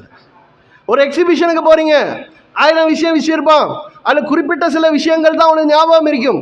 கேட்டா சொல்லுங்க, அதான் அந்த முள்ளு மனுஷனா, அது அப்படி இருந்துச்சு, அது மண்டை கலண்டு இருந்துச்சு, இது இப்படி இருந்தது, எல்லாம் சொல்லுவீங்க. ஏன்? அது கவனிச்சது ஞாபகத்தில் இருக்குது. பிள்ளைகள் எந்த ஒரு விஷயத்தை செய்தாலும் முழுமையான கன்சன்ட்ரேஷனோடு செய்யுங்க. பிள்ளைகள் முழுமையான கன்சன்ட்ரேஷன். நான் ஆரம்பத்தில் சொன்ன மாதிரி விளையாடுற நேரத்தில் விளையாடணும், படிக்கிற நேரத்தில் படிக்கணும். விளையாடுறீங்க, எதிர் தரப்பில் போல் போட வாரான், ரைட், பெட்டை வச்சு கொண்டு இருக்கிறீங்க, ரைட். அப்போ யோசனை வருது, மெட்ஸ் கிளாஸ் இருக்குது, ஹோம்ஒர்க் தந்தாங்க, இன்றைக்கி பின்னிடுவாங்க, பெரம்பு உடஞ்சிரு, இன்றைக்கி இந்த ஒர்க்கை கொடுக்கலாட்டி அப்படின்னு நினைவு வரும். அதுக்கப்புறம் போலும் பொல்லும் போயிட்டு விக்கெட்டும் போயிருக்கும். விளையாடுற நேரம் என்ன செய்யக்கூடாது, அதை யோசிக்கக்கூடாது. படிக்கிற நேரம், இன்றைக்கி இன்டர்வலுக்கு எப்படா பெல் அடிப்பாங்க, இன்றைக்கி பார்த்து லேட் பண்ணுறாங்க, அடிக்கிறாங்களே, இன்றைக்கி இன்டர்வலுக்கு போயிட்டு அடிக்கிறது தான் மேட்ச், நேற்று தோத்துட்டோம், இன்றைக்கி கொடுக்குறது தான். இல்லாட்டி உமா கிட்ட நேற்று சொன்னேன், இன்றைக்கி பிரியாணி ஆக்கி வச்சுக்க சொன்னேன், என்ன ஆக்கினோ தெரியாது, அது எந்த பிரியாணி, தம் பிரியாணியா இல்லாட்டி அந்த என்ன பிரியாணி, அதை யோசிக்கிறது. ரைட். படிக்கிற நேரம் படிக்கிறத செய்யுங்க, விளையாடுற நேரம் செய்யுங்க. ரைட். இன்னொரு எக்ஸசைஸே உங்களுக்கு நான் சொல்லித்தரேன் பிள்ளைகள். நம்பர் 2, உங்களுடைய கன்சன்ட்ரேஷன் பவரை கூட்டுறது. ஏன்னு சொன்னால், எங்கள்கிட்ட மைண்ட் எப்படின்டா பிள்ளைகள், எங்கள்கிட்ட மைண்ட் ஒரு இடத்துல எங்களை வைக்காது. இப்போ நான் ஒரு காரியத்தை எழுதி கொண்டிருக்கிற நேரம் திடீரென்று எங்களோட மைண்ட் டைவர்ட் ஆகும், திடீரென்று இன்னொரு யோசனை வரும், இன்றைக்கி அந்த வேலைக்கு இது இன்னைக்கு அவருக்கு சொல்லிக் கொடுக்கணுமே, இவரை பார்க்கணுமே. உடனே என்ன செய்யும்? மைண்ட் டைவர்ட் ஆகும். மைண்ட் டைவர்ட் ஆகிறது தான் உங்களுடைய அட்டென்ஷன் பவர் குறைகிறதுக்கான காரணம். மைண்ட் டைவர்ட் ஆகிறது தான், இன்னொன்று திசை போகிறது தான் அட்டென்ஷன் ஆகாமல் இருக்கிறது காரணம். ஒரு எக்ஸசைஸ் சொல்லித்தரேன். என்ன?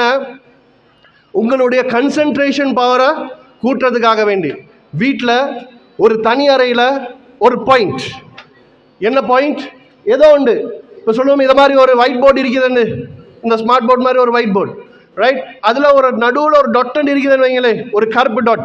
அந்த டொட்டை மட்டும் ஒரு 2-3 நிமிஷத்துக்கு வேற எதையும் உங்களோட தலையில் வராத அளவுக்கு நீங்கள் அதை மட்டுமே பார்க்கணும், வேற எதுவும் வரக்கூடாது. பொதுவாக பாருங்க பிள்ளைகள், நாங்கள் கொஞ்சம் அமைதியாக இருந்துட்டோம்டா அப்போதான் இருக்கிற யோசனை எல்லாம் வரும். அல்லாஹ் அக்பர்னு தக்பீர் கட்டியாச்சு, தக்பீர் கட்டினோன்னு தான் எல்லாம் வரும். அது போகணும், அது செய்யணும், இது செய்யணும், எல்லாம் செய்தான் வரும் அந்த நேரத்தில். அந்த மாதிரி தான் அமைதியாக இருக்கக்கூடிய நேரத்தில் எல்லா யோசனையும் வரும். அந்த யோசனை எல்லாம் இல்லாமக்கணும்.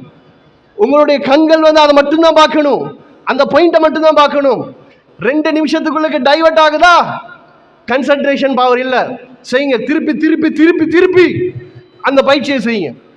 பயிற்சி செஞ்சு மாஷாலான்னு சொல்லி இப்போ ஒரு விஷயம் வந்துடும் உங்களுக்கு. ஒரு விஷயம் சார் படிச்சு தராரா, படிச்சு தரதை மட்டும்தான் இப்போ உங்களுடைய மைண்ட் கான்சன்ட்ரேட் பண்ணும். உங்களோட மூளை அதுக்கு தான் முக்கியத்துவம் கொடுக்கும். அந்த பவரை உங்களுக்கு ஏற்படுத்திக்கோங்க. அப்பதான் என்கோட் ஆகும் உங்களோட மூளைக்கு. So the attention is the key of memory. Imagination, இந்த போட்டோ இது எல்லாத்துக்கும் தெரியும், சரியா? ரைட், சரி. இப்ப ஆசிரியர் என்ன செய்யறார்? ஆசிரியர் உங்களுக்கு ஒரு பாடத்தை படிச்சு தரார். படிச்சு தரும்போது இப்போ வரலாறு சம்பந்தமான பாடம், வரலாறு பாடம் என்று சொன்னா, இப்ப நீங்க இப்போ ஒரு யுத்த களத்தை பத்தி சொல்லி தராரு. சொல்லி தரும் பொழுது இப்ப நீங்க கற்பனையில போயிடணும், இமேஜினேஷனுக்கு போயிடணும். இப்ப யுத்தம் நடக்குது, ஒரு படம் அங்கால வருது, ஒரு படம் ஒரு படை வந்து மேற்கு அந்த மலைக்கு பின்னால வருது, அவர்கள் இவங்களை தாக்குறாங்க, அவங்க இவங்களை தாக்குறாங்க. இப்ப இது இமேஜினேஷன்ல ஒரு அம்பு போற மாதிரியும் ஈட்டால வர மாதிரியும், ஏன் முடியுமாக இருந்தால் உங்களை ஒரு படை தளபதியாக அந்த இடத்துல நீங்க இருக்கிற மாதிரி, நீங்க தான் அந்த படை தளபதி, இப்ப நீங்க தான் அந்த குதிரை ஓட்டு போறீங்க, சரியா? அந்த மாதிரி நீங்க என்ன செய்யணும்? கற்பனை செய்யணும். அந்த கற்பனை வந்து மூளையில வந்து பெஸ்டா ரெக்கார்ட் ஆகும். அந்த படிச்ச விஷயங்களை எக்ஸாமுக்கோ திருப்பி நீங்க ஞாபகப்படுத்துற நேரம் குயிக்கா ஞாபகத்துக்கு வரும். இதுக்கு நாங்க சொல்லுவோம் இமேஜினேஷன் அப்படின்னு சொல்லுவோம். அடுத்தது point, make smart notes. Smart notes என்ன பிள்ளைகள் தெரியுமா யாருக்காவது? எங்களுடைய கல்வி முறையில் வந்து ஒரு கோளாறு இருக்குது, சரியா? என்னன்னு கேட்டால், இப்போ வெளிநாட்டில் பார்த்தீங்கன்னா லெக்சரர் பாடத்தை விளக்கப்படுத்துவார். என்ன செய்ய மாட்டார்? நோட்ஸ் கொடுக்க மாட்டார். கிளை பிள்ளைக்கு சொல்கிற மாதிரி, பிள்ளைகள் வியாபாரம் என்னன்னு தெரியுமா, இதை எழுதிக்கோங்க, நான் சொல்கிறேன், நோட் கொடுங்க அப்படின்ற மாதிரி என்ன செய்ய மாட்டார்? நோட் கொடுக்க மாட்டாங்க. வியாபாரம் என்ன, இதான் பிஸ்னஸ், ரைட் சொல்லிட்டாரா? மாணவர்கள் என்ன செய்வாங்க தெரியுமா? சார் சொல்கிறத இல்லை, அவர்கள் எதை புரிந்தார்களோ அந்த புரிஞ்ச விஷயத்தை அவங்க நோட் எடுப்பாங்க. நீங்கள் புரிஞ்சு எடுத்தது தான் உங்களுக்கு ஞாபகத்தில் இருக்க போகுது. மாணவர்கள் நீங்கள் வந்து அசட்டை போக்கில் இருக்கிறது, சார் என்னத்தை விளக்கப்பட்டு தான் நோட்ஸ் தருவார், தான் நோட்ஸ் எழுதிக்கொள்ளும். அதான் நீங்கள் பலவீனமானது காரணம். முயற்சி செய்யுங்கள். சார் நோட் தாராரா இல்லையோ, சார் சொல்லி தரும் பொழுதே, ஆசிரியர் சொல்லி தரும் பொழுதே இது எனக்கு ஞாபகத்தில் நிற்கிறா, நான் புரிஞ்சு கொண்டேனா? நீங்க புரிஞ்சு கொண்டது சரியா பிள்ளையாண்டா ஆசிரியர்கிட்ட ஒப்புவீங்க. சார் இதுதானே, இதுக்கு இப்படித்தானே விளக்கம், சார் பிசினஸ் இப்படித்தானே, கொமர்ஸ் இதுதானே, கேளுங்க, சரியா? ரைட். அப்ப நீங்க உங்களுக்கு விளங்கிட ஒரு புக்கை நீங்க வாசிச்சாலும் சரி, புக்ல இருந்து அப்படியே அச்சு புஸ்தகத்தை பார்த்து அதுல என்னது இருக்கிறதோ அது அப்படியே எழுத வேணாம். ஒளி தொகுப்பா படிக்கிறீங்களா, அதுல என்னது இருக்கிறதோ அதுல ஒரு டெஃபினேஷன் தேவையில்ல, உங்களுக்கு எது புரிஞ்சதோ அதை எழுதுங்க. இதான் சொல்ல make smart notes. Study early morning. என்னது? Study early morning. இதான் ரொம்ப கஷ்டம் எல்லாத்துக்கும். சார் விடிய நேரத்தில் போய்ட்டு படிக்க சொல்கிறீங்களே சார், எப்படி சார்? இப்போ நானும் சொல்லிட்டேன் ஒரு மாணவனுக்கு, நிறைய மாணவர் சொன்னால் ஒரு மாணவன் ஃபாலோ பண்ணுறது போயிட்டான். சார் அவன் தான் ஃபர்ஸ்ட் கிளாஸில் சொன்னான், சார் நாளையிலிருந்து சார் நான் தாஜத்துக்கு எழும்பி தாஜா தொழுதுட்டு படிக்க ஸ்டார்ட் பண்ணுறேன், சுப தொழுது, அதுக்கப்புறம் படிக்கிறேன், அதுக்கப்புறம் ஸ்கூல் போகிறேன் சார், நாளையிலேருந்து செய்கிறேன் சார். எனக்கு அவ்வளோ சந்தோஷம். மாஷா அல்லாஹ். அப்படி எவ்வளோ ஆர்வத்தோடு சொல்கிறான். அப்போ அதுக்கப்புறம் ஒரு நாள் அடுத்த நாள் நான் சந்திக்கிறேன். சரியா, அடுத்த நாள் சந்திக்கிறேன், அது அடுத்த ப்ரோக்ராமுக்கு செஷனுக்கு இப்போ நான் சந்திக்கிறேன். சார் எங்கே சார் புக் எடுத்தால் தூக்கமாக வருது சார், ஏலா சார் கஷ்டம் சார் அப்படின்னா, அட பாவி, உனக்கு யாரப்பா ஒரே நாளில் முடிவெடுக்க சொன்னது? செய், திரும்ப திரும்ப செய், முயற்சி செய். இவ்வளோ காலமாக பழகின ஒரு விஷயத்த திடீரென்று விடையலாது. மூளை தட்டும், தூங்கு. இவ்வளோ நாளாக என்னது வருஷ கணக்கு காலையில் சுப தொழாமல் தூங்கி என்னது ஷைத்தான் அப்படியே தூங்க வச்சுட்டான். அதே மாதிரி தூங்கத்தான் சொல்லும். ஒரு நாளையில நடக்காது. ஒரே நாளில் கோடீஸ்வரன் அவன் நினைக்கிற முடியுமா? பேங்கை தான் கொள்ளையடிக்கணும். அப்படி ஆக இயலாது. படிப்படியாக கொஞ்சம் கொஞ்சமாக முயற்சி செஞ்ச ஒரு காலம் திரும்ப தூக்கம் வரும். கண்ணத்தோட உட்கார், இல்லை ஏழு நான் படிப்பேன், தூக்கம் வரும். டக்குன்னு பக்கத்தில் இருக்கிற தலைவாணி என்ன செய்வோம், எடுத்து படுக்கக்கூடாது. சரியா, வெறியில நான் தூங்க மாட்டேன். ஒரு எதிரியான் தூக்கத்தை எதிரியா நினைங்க. ஷைத்தான் அவனை தூங்க வைக்கிறேன்னு நினைங்க. அதான் உண்மை. நீ என்ன தூங்க சொல்றியா? போடா, நான் தூங்க மாட்டேன். நீ யார் எனக்கு தூங்க சொல்ல? நீ ஷைத்தான். உன்ன பேச்சு நான் கேட்க மாட்டேன், தூங்க மாட்டேன், முழிச்சுத்தான் இருப்பேன், படிக்கத்தான் செய்வேன். வெறியில நீங்க உங்களால இயலும்.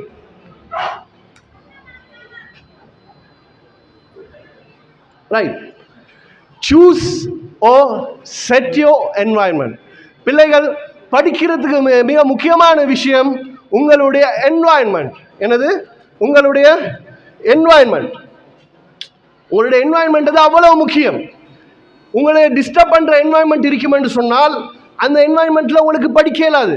புக் எடுத்து ரீட் பண்ணுறீங்க, வீட்டில் டிவி போட்டிக்கிறாங்க, டிவியில் சத்தம் கேட்குது, டுஷும் சத்தம், அண்ணன் ரஜினிகாந்த் குத்துறான், அண்ணன் இவன் குத்துறான், அந்த நாடகத்தில் இது நடக்குது, அது நடக்குது, கற்பனையில் அங்கே அரை மணித்தாலும் கற்பனையில் ஓடிடும். அந்த டிஸ்டர்ப் இருக்கக்கூடாது. ஒழுங்கா எழுதுறதுக்கு ஒரு நல்ல டேபிள், வசதியாக உட்கார்றதுக்கு நல்ல சேர், வேர்க்காமல் இருக்கிறதுக்கு நல்ல ஃபேன், எல்லாம் கம்ஃபர்டபுளாக இருந்து ஸ்டடிக்கு ஒரு செட்டப் சரியாக இருக்கணும். படிக்கிறதுக்கு உங்களுக்கே ஒரு ஆசை வரும், அதில் உட்காந்து மாஷா அல்லாஹ் இப்போ எனக்கு செட்டப், நான் படிக்கிறேன். ரைட். ஆனால் நிறைய பேர் வீட்டில் படிக்கிறது எப்படி? கீழே நிலத்தில் உட்காந்து படிக்கிறது, அந்த மெரிக ரவுண்டில் சுற்றி படிக்கிற மாதிரி. சயின்ஸ் புக் இங்கே, மெட்ஸ் இங்கே, ஹிஸ்ட்ரி இங்கே, இது கொஞ்சம் அது கொஞ்சம் அது கொஞ்சம் சுற்றி மரம் இந்த ரவுண்டுக்கு வந்தாச்சு. இது பில. சரியான என்வாயன்மெண்ட் என்ன செய்யுங்க, செட் பண்ணுங்க. ரைட். இது என்னது? ரிவிஷன். என்னது? ரிவிஷன். சரி பிள்ளைகள், எங்களுக்கு நாங்கள் மெமரியை ரெண்டாக சொல்லுவோம். Short term memory, long term memory அப்படின்னு சொல்லுவோம். நாங்கள் ஆரம்பத்தில் படிக்கிறதெல்லாம், இப்போ நானே இங்கே வந்து பேசுகிறதெல்லாம் ஒரு அளவுக்கு உங்களுடைய ஷார்ட் டேர்ம் மெமரியில் தான் என்ன செய்யும். ஷார்ட் டேர்ம் மெமரிக்கு நாங்கள் சொல்லுவோம் ஒர்க்கிங் மெமரி அப்படின்னு சொல்லுவோம். சரியா?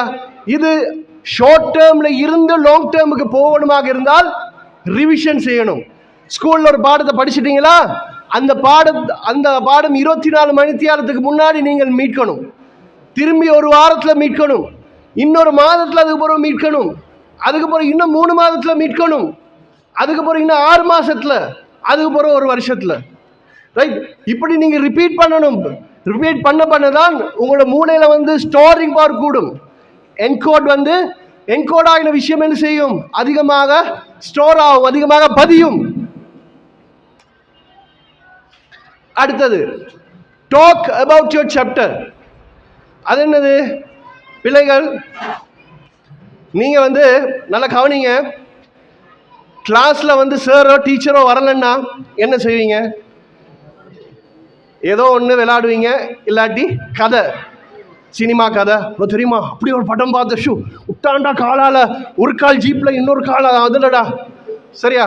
அதுன்னு சொல்லி தேவையில்லாத ஷைத்தானியத்தான கதைகள் பேசுவீங்க. இது வேணாம். பாடம் சம்பந்தமாக பேசுங்க.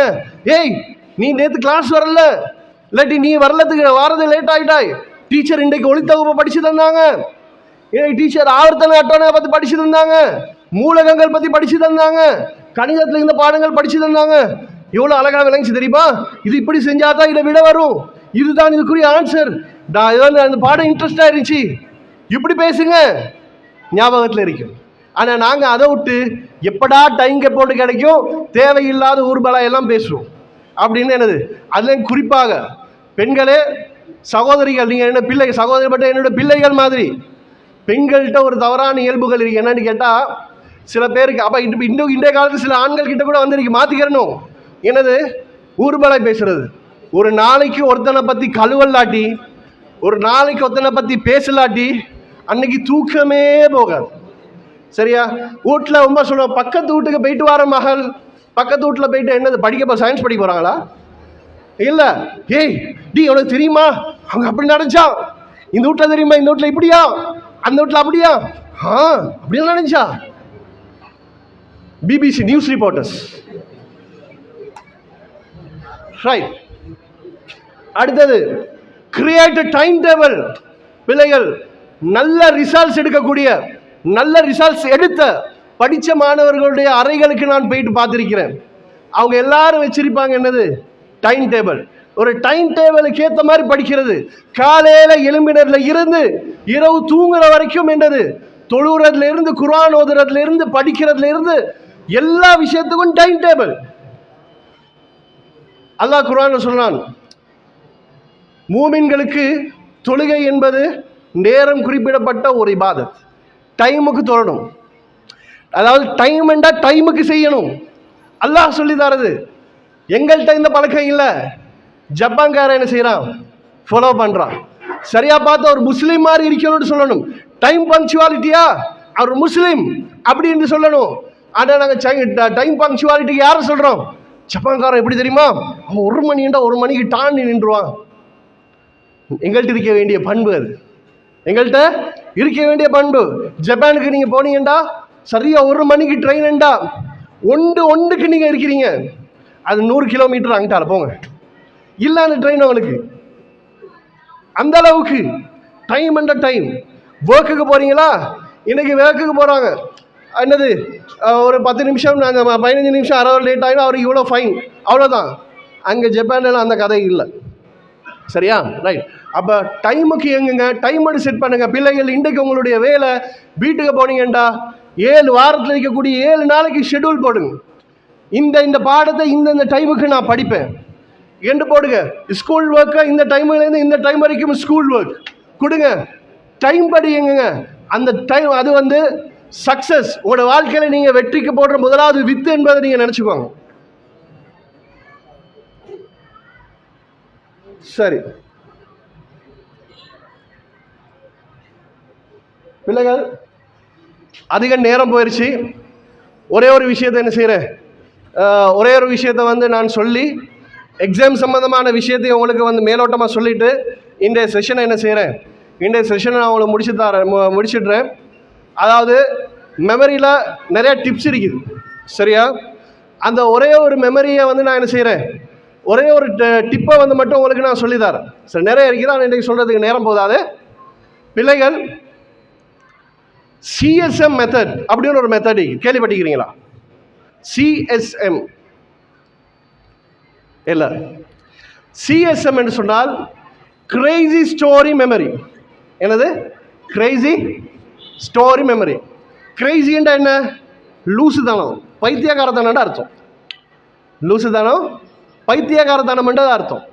அதே மாதிரி ஸ்டோரி என்றா கதை, மெமரி என்றா ஞாபகம். ஒரு விஷயத்தை ஞாபகப்படுத்துறதுக்காக வேண்டி நாங்கள் சம்பந்தம் இல்லாத விஷயத்த, ஒரு பொய்யான கற்பனையான ஒரு கதையொன்று ஒரு விஷயத்துக்கு நாங்கள் கொடுக்கறது. அப்படி கொடுத்தீங்கன்னா அந்த விஷயம் அவ்வளோ உங்களுடைய ஞாபகத்தில் என்ன செய்யும், அவ்வளோ உங்களோட ஞாபகத்தில் வந்து இருக்கும். சரியா? ரைட். இப்போ உதாரணமாக ஒரு 10 இருக்கலாம், 20 இருக்கலாம், 50 இருக்கலாம், 100 இருக்கலாம். எத்தனை விஷயமாக இருந்தாலும் நீங்கள் 2லிருந்து 5 நிமிஷத்துக்குள்ளுக்கு அவ்வளோதே உங்களால் ஞாபகத்தில் சொல்லிடும். அதுக்கு பேர் தான் என்னது, சிஎஸ்எம் மெத்தடாலஜின்னு சொல்லுவோம். சிஎஸ்எம் மெத்தட் அப்படின்னு சொல்லுவோம். உதாரணமாக உங்களுக்கு ஒரு 10 சாமான் சொல்கிறேன். சரியா? உதாரணமாக ஒரு 10 சாமான் சொல்கிறேன். ரைட்? ஃபேன். சரியா? அதே மாதிரி என்னது, ஒரு மொபைல், ஃபேன், மொபைல், அதே மாதிரி புக், ஃபேன், மொபைல், புக், அதே மாதிரி என்னது ஒரு பைக். சரியா? மொபைல் என்னது ஃபேன், மொபைல், பைக். சரியா? புக். சரியா? அதுக்கு பிறகு சொல்கிறேன் வந்து என்னது, அதுக்கு பிறகு சொல்கிறேன் வந்து ஒரு வாட்ச், வாட்ச், மங்கி, வாட்ச், மங்கி. அதே மாதிரி வந்து என்னது இந்த மைக் ஸ்டாண்ட். இப்போ இதை ஒரு க்ரியேட் பண்ணுற மாதிரி சிஸ்டத்தை மட்டும் உங்களுக்கு சொல்லித்தரேன். ஏன்னா மிச்ச நேரம் நான் எடுக்கலை. சரியா? இப்போ உங்களுக்கு என்ன செய்யலான்னு கேட்டால், இப்போ முதலாவது நான் என்ன சொன்னேன், ஃபேன். சரியா? ஃபேனுக்கு போகிற என்ன சொன்னேன், மொபைல். இப்போ உங்களுக்கு என்ன சொல்லலாம், ஃபேன் வந்து மொபைலுக்கு வந்து ஒரு 1000 ரூபா காசு கொடுத்துச்சு. ஃபேன் மொபைலுக்கு 1000 காசு கொடுத்துச்சு. மொபைல் என்ன செஞ்சிச்சு, மொபைல் வந்து லேப்டாப் ஒன்று வாங்குச்சு. லேப்டாப்புக்குள்ள இருந்து ஒரு புக் வெளியே வந்துச்சு. புக்கை திறந்து பார்த்தா அதுல இருந்து ஒரு பைக். சரியா? அதுல இருந்து ஒரு பைக். பைக்ல வந்து பைக் என்ன செய்யுது, ஒரு மங்கி ரைட் பண்ணுது. பைக்கை ரைட் பண்ணுது. மங்கியோட கையில் என்னன்னு கேட்டால் இந்த என்னது கேமரா ஸ்டாண்ட். சரியா? இப்போ உதாரணத்துக்கு இதில் ஒரு லூசுத்தனமான ஒரு முட்டாள்தனமான ஒரு கதை. சரியா? ஆனால் இதை நீங்கள் ஸ்டோரியாக பைத்தியகாரத்தனமாக நீங்கள் இதை கிரியேட் பண்ணீங்கன்னு சொல்லி சொன்னால் என்ன செய்யும் பிள்ளைகள், உங்களுக்கு அது 10, 20, 30, 1000 இருந்து நீங்கள் அதை செஞ்சீங்கன்னு சொன்னால் ஒரு கிரேசி ஸ்டோரி உருவாக்கினீங்கன்னா அது ஞாபகத்தில் இருக்கும். அது உங்களோட பாடத்தில் கூட என்ன செய்யலாம், பாடத்தில் கூட உங்களுக்கு அப்ளை பண்ணி பார்க்கலாம். சரியா? ரைட் பிள்ளைகள். சரி, இப்போ உங்களுக்கு வாரன் இறுதி விஷயம். ஏன்னா இது எக்ஸாம் விஷயம் என்பதால் நான் கண்டிப்பாக என்னது நிறைய விஷயங்கள் இருக்குது. அந்த பிள்ளைகள் நேரம் போதாது உங்களுக்கு சொல்லி தரதுக்கு. ரைட் பிள்ளைகள், கேள்விப்பட்டிருக்கிறீங்களா எக்ஸாம் ஃபோபியா? ஃபோபியான்னு முதல்ல ஃபோபியான்னு தெரியுமா? யாருக்கு தெரியும்? தெரிஞ்சவங்க? ஃபோபியா தெரியா? சரி, நான் சொல்லி தரேன், கவனிங்க பிள்ளைகள். ஃபோபியா என்றது வந்து தேவையில்லாத பயத்துக்கு தான் சொல்றது. என்னது ஃபோபியா? என்னது தேவையில்லாத பயம். உதாரணமா ஒரு நாய் என்னைய விரட்டி வருது, நான் ஓடுறேன், இதுக்கு பேர் ஃபியர், பயம். நான் நின்றா என்ன 1/4 கிலோ கறி எடுத்துடும், அதனால பயந்து ஓடுறேன். என் பயத்தில் நியாயம் இருக்குது, கடிக்குமே ஓடுறேன் உதாரணத்துக்கு. ஆனால் ஏதோ ஒரு இடத்துல இப்போ இந்த ஸ்கூலில் இருக்கிற அந்த கூரைக்கு மேலே ஒரு நாய் இருக்குது, நான் அந்த ஸ்கூலுக்கே வரமாட்டேன். ஏண்டா ஸ்கூலுக்குள்ள நாய் இருக்குது, போவீங்களா? இப்படி இப்படி இது சரியான பயமா? இல்லை. அப்போ ஃபோபியா என்பது தேவையில்லாத பயம். இப்போ கேட்குற அடுத்த கேள்வி, பிள்ளைகள் நீங்கள் எக்ஸாமுக்கு பயமா பயம் இல்லை? அது சொல்லுங்க எனக்கு. சார் பயம் என்று சொல்றவங்க கை ஒருத்தங்க. எக்ஸாம் வேண்டா பயம். ஒரு 15, 20 கிட்ட தேரும் போல இருக்குது. சரி, ஓகே, வாழ்த்துக்கள். கை கீழே போடுங்க. 2 கை வருதா வேணாமாப்பா? இந்த எக்ஸாமுக்கு சார் நாங்கள் பயமே கிடையாது சார், உயர்த்துங்க. சரி, கை கீழே போடுங்க. இங்கேயும் இருக்கிறீங்களா? ரைட். சரி பிள்ளைகள், நான் சொல்றேன் நல்லா கவனிங்க. எக்ஸாமுக்கு கட்டாயம் பயப்படணும். என்னது? இன்னும் நான் முடிக்கல பிள்ளைகள், இன்னும் முடிக்கல. சரியா? ஆனா எக்ஸாமுக்கு பயப்படக்கூடாது. என்ன சார் குழப்பறீங்க? ஒன்று பயப்படணும்னு சொல்லுங்க, இல்லாட்டி பயப்படக்கூடாதுன்னு சொல்லுங்க. நீங்க என்ன பயப்படணும்னு சொல்றீங்க, பயப்படக்கூடாதுன்னு சொல்றீங்க. பிள்ளைகள் கொஞ்சமாக பயப்படணும், அதிகமாக பயப்படக்கூடாது. ஏனென்று சொன்னா பயம் சில வேளை பலவேளை உங்களை பாதுகாக்கும். ரோட்ல போறீங்க, வாகனம் முட்டுமென்று உங்களுக்கு பயம் இல்லை. ரோட்ல போறீங்க, வாகனம் முட்டுமென்று உங்களுக்கு பயம் இல்லை. வரட்டும் நான் பார்க்குறேன். போனீங்கன்னா லொரிக்காரன் வருவோம், ஒரே அடி சேவத்தில் பள்ளி அப்பின மாதிரி அப்பிரிக்கும். அவ்வளோதான், கதை முடிஞ்சு. ரைட்? அதே மாதிரி ஒரு திருடன் என்ன செய்யறான், அவன் களவெடுக்க இப்போ பயம், முன்னுக்கு இருக்கு, தங்க கட்டி கொண்டு இருக்கு, எப்படி சரி எடுக்கணும்? சிசிடிவி இருக்குது, போலீஸ்காரன் இருக்கிறான், போலீஸ் ஸ்டேஷன் பக்கத்தில் இருக்கு, முடிஞ்சு வானவாப்பா பேசாம. இப்போ பயம் நன்மைதானே, செய்யல. அப்போ இப்படி அந்த பயம் என்ன செய்யும்? பயம் சில வேலைகளை காப்பாற்றும். எக்ஸாமுக்கு ஒரு சின்ன பயம், எக்ஸாம் இருக்குது, படிக்கணும், நல்ல மார்க் எடுக்கணும், படிக்காமல் டைமை வேஸ்ட் பண்ணினால் அந்த டைம் திருப்பி கிடைக்காது, இந்த பயம் இருக்கணும். அதே நேரத்தில் அதிகமான பயம் இருக்கக்கூடாது. எக்ஸாமா, அடுத்த கிழமை எக்ஸாம், யாழ்லா என்ன செய்ய போகிறனோ, அந்த பாடம் படிக்கல, இந்த பாடம் படிக்கல, அதை செய்யலை, இது செய்யலை. டோன்ட் வரி, கவலை என்னது வேணாம். எது படிச்சிங்களோ, நீங்கள் டென்ஷன் ஆகிறதால என்ன நடக்குது தெரியுமா? ஒரு 15 விஷயத்தை படிச்சிருப்பீங்க, உண்மையாக ஒரு 30-40 விஷயம் இருந்திருக்கும். நீங்கள் 15 விஷயம் உங்களுக்கு ரொம்ப நல்லாவே தெரியும், அல்லது ஒரு 20 விஷயம் உங்களுக்கு ரொம்ப நல்லாவே தெரியும். நீங்கள் டென்ஷன் ஆகிறதால, இந்த எக்ஸாம் ஃபோபியா வாரதுனால என்ன நடக்குதுன்னு கேட்டால், நீங்கள் படித்த அந்த 15 விஷயமும் இல்லாமல் போகும். இந்த எக்ஸாம் ஃபோபியாவில் என்ன நடக்குது தெரியுமா? பேப்பரை பார்த்த உடனே கேள்விக்கான பதில் எல்லாம் மறந்துடும், கேள்வியை வாசித்த உடனே பதில் எல்லாம் மறந்துடும். எக்ஸாம் ஹாலை விட்டு வெளியே போன போகிறோம், அல்லா இந்த கேள்விக்கு இதனப்பா பதில், இப்போத்தானே எனக்கு நினைவு வருது, அல்லா எழுதலாமல் போச்சே நினைக்கிறீங்களா? காரணம் என்ன? Exam phobia. சில பேருக்கு எக்ஸாம் பேப்பரை கைக்கு எடுத்த உடனே கால் நடுங்கும், கை நடுங்கும், தலைவலிக்கும், கண்ணில் இருந்து அப்படியே கண்ணீர் கொட்டோன்னு கொட்டும். பிள்ளைகள், நான் வெட்கம் இல்லாமல் தைரியமாக சொல்கிறேன், நானும் எக்ஸாம் ஃபோபியால் பாதிக்கப்பட்ட ஒரு மாணவன். அன்னைக்கு நான் முடிவெடுத்தேன், படிக்கணும். ஏன் எனக்கு இப்படி நடக்குது? கிளாஸில் நல்லா படிப்பேன், நல்ல மார்க்ஸ் எல்லாத்துலையும் அல்ஹம்துலில்லாஹ் நல்ல மார்க்ஸ். பேப்பரை பார்த்தா தலைவலி, பேப்பர் மங்களா தெரியுது, கை நடுங்குது, எக்ஸாம் எழுத முடியல. எங்கட உம்மா ஒரு டீச்சர், சார் கூப்பிட்டு பேசுகிறார், இவன் நல்ல மாணவன், இவன் கெட்டிக்காரன், இவன் எக்ஸாமில் தான் இந்த மாதிரி சொதப்பி வைக்கிறான், இவன் பிரச்சனை இருக்குது என்னென்னு பாருங்க. அப்போ எங்கள் உம்மா என்ன கைட் பண்ணுறாங்க, இப்படி செய்யுங்க, பயப்படாதீங்க, உங்களுக்கு எது வருதோ அதை செய்யுங்க, நல்லா எழுதுங்க, தைரியமாக எழுதுங்க, தன்னம்பிக்கை விட்டுறாங்க. ரைட்? அப்போ பிள்ளைகள், முதலாவது இந்த ஒரு பேப்பர் என்ன செய்யாது, பேப்பர் உங்களோட தலையெழுத்தை ஜெயிக்க இயலாது, மாற்ற இயலாதுன்னு முதலாவது நம்புங்க. அது என்ன பேப்பர், அது என்னது, அது என்ன பார்த்து நீங்கள் பயப்படுறது, அது என்ன சிங்கமா, அல்லது என்னது கரடியா, அல்லது பாம்பா, என்னது தேலா, என்னது ஒரு பேப்பர், அதுக்கு ஒன்றும் இல்லை. எனக்கு நானா பேப்பரான்னு கேட்டால் நான் தான் அதில் ஜெயிப்பேன், என்னால் முடியுமான கேள்விகளுக்கு நான் பதில் சொல்லுவேன், நம்புங்க. சரியா? ரைட். இந்த எக்ஸாம் ஃபோபியா இல்லாமல் எக்ஸாமை கொஞ்சம் லேசாக செய்கிறதுக்கு சில வழிமுறைகளை நான் சொல்லித்தரேன். சரியா? இது பெரிய லிஸ்ட், என்கிட்ட ப்ரெசன்டேஷனை சுருக்கி கொண்டாந்து உங்களுக்கு செய்கிறேன். சரி, இப்போ ஒரு வாரம் தான் இருக்கு எக்ஸாம், அடுத்த கிழமை எக்ஸாம் என்று சொன்னால் பாடங்களை படிக்கிறத விட்டுருங்க, புதுசாக பாடங்கள் எடுக்க வேணாம். பாடங்களை எடுக்காமல் நீங்கள் நோட்ஸ் எடுத்து ஸ்மார்ட் நோட் எடுங்கன்னு சொன்னேன் இல்லையா, ஒன்றுக்கும் அந்த ஸ்மார்ட் நோட்ஸை வாசிங்க, அது போதும்.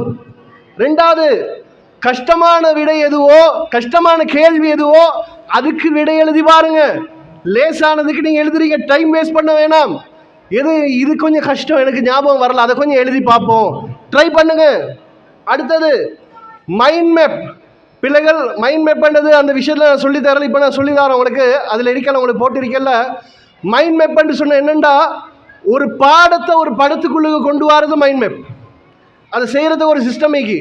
ஒரு பாடம் படிக்கிறீங்க, ஒரு ஒளி தொகுப்பு, ஒரு பாடம், அந்த பாடத்தை நீங்கள் படிக்கிறீங்கன்னு சொன்னால் அந்த படத்தை பார்த்தீங்கன்னா அந்த ஒளி தொகுப்பு எப்படி நடக்கிறன்னு ஃபுல் விஷயம், ஃபுல் படமும் அதில் இருக்குது. அந்த படத்தை பார்த்துட்டிங்கன்னா அந்த பாடம் அப்படியே உங்களுக்கு ஞாபகத்தில் வரும். சரியா? அதுக்கு மைண்ட் மேப்ஸ்ன்னு சொல்லுவோம். இது பெரிய சாப்டர். மைண்ட் மேப் செஞ்சுருந்தீங்கன்னு சொன்னால் உங்களுக்கு அந்த படத்தை பார்த்தாலே போதுமானது, வேறு எதுவும் பார்க்கலாட்டியும் படிக்கலாட்டியும் அது போதும் உங்களுக்கு. அடுத்தது, மைண்டை ரிலாக்ஸாக வைக்கும். பிள்ளைகள், ஒவ்வொரு சந்தர்ப்பத்திலும் எங்களோட குடும்பங்களில் பிரச்சனைகள், வீட்டில் பிரச்சனைகள், வாப்பாட பொருளாதார ரீதியான பிரச்சனைகள் என்ன சரி நடக்கலாம். அதெல்லாம் தலையில் போட்டு யோசிச்சு, வாப்பாக்கு இப்படி ஆகிருச்சு, உம்மாக்கு இப்படி ஆகிருச்சு, வீட்டில் இப்படி நடந்துருச்சு, யோசிச்சு இருந்தீங்கன்னா எக்ஸாம் ஹாலில் போயிட்டு பேப்பரையும் வச்சுக்கொண்டு நீங்கள் அதுதான் யோசிப்பீங்க. சரியா? அதை நிப்பாட்டிடுங்க. அடுத்தது, ப்ரீப்ளே ரீப்ளே பயிற்சிகளை செய். பிள்ளைகள் தெரியுமா, எக்ஸாம் ஃபோபியாவை இல்லாமக்கிறதுக்கு இன்னொரு மைண்ட் எக்ஸசைஸ். எக்ஸாம் ஃபோபியாவை இது நான் கண்டுபிடிச்சதல்ல, உளவியலாளர்கள் எங்களுக்கு கண்டுபிடிச்சி சொன்னது.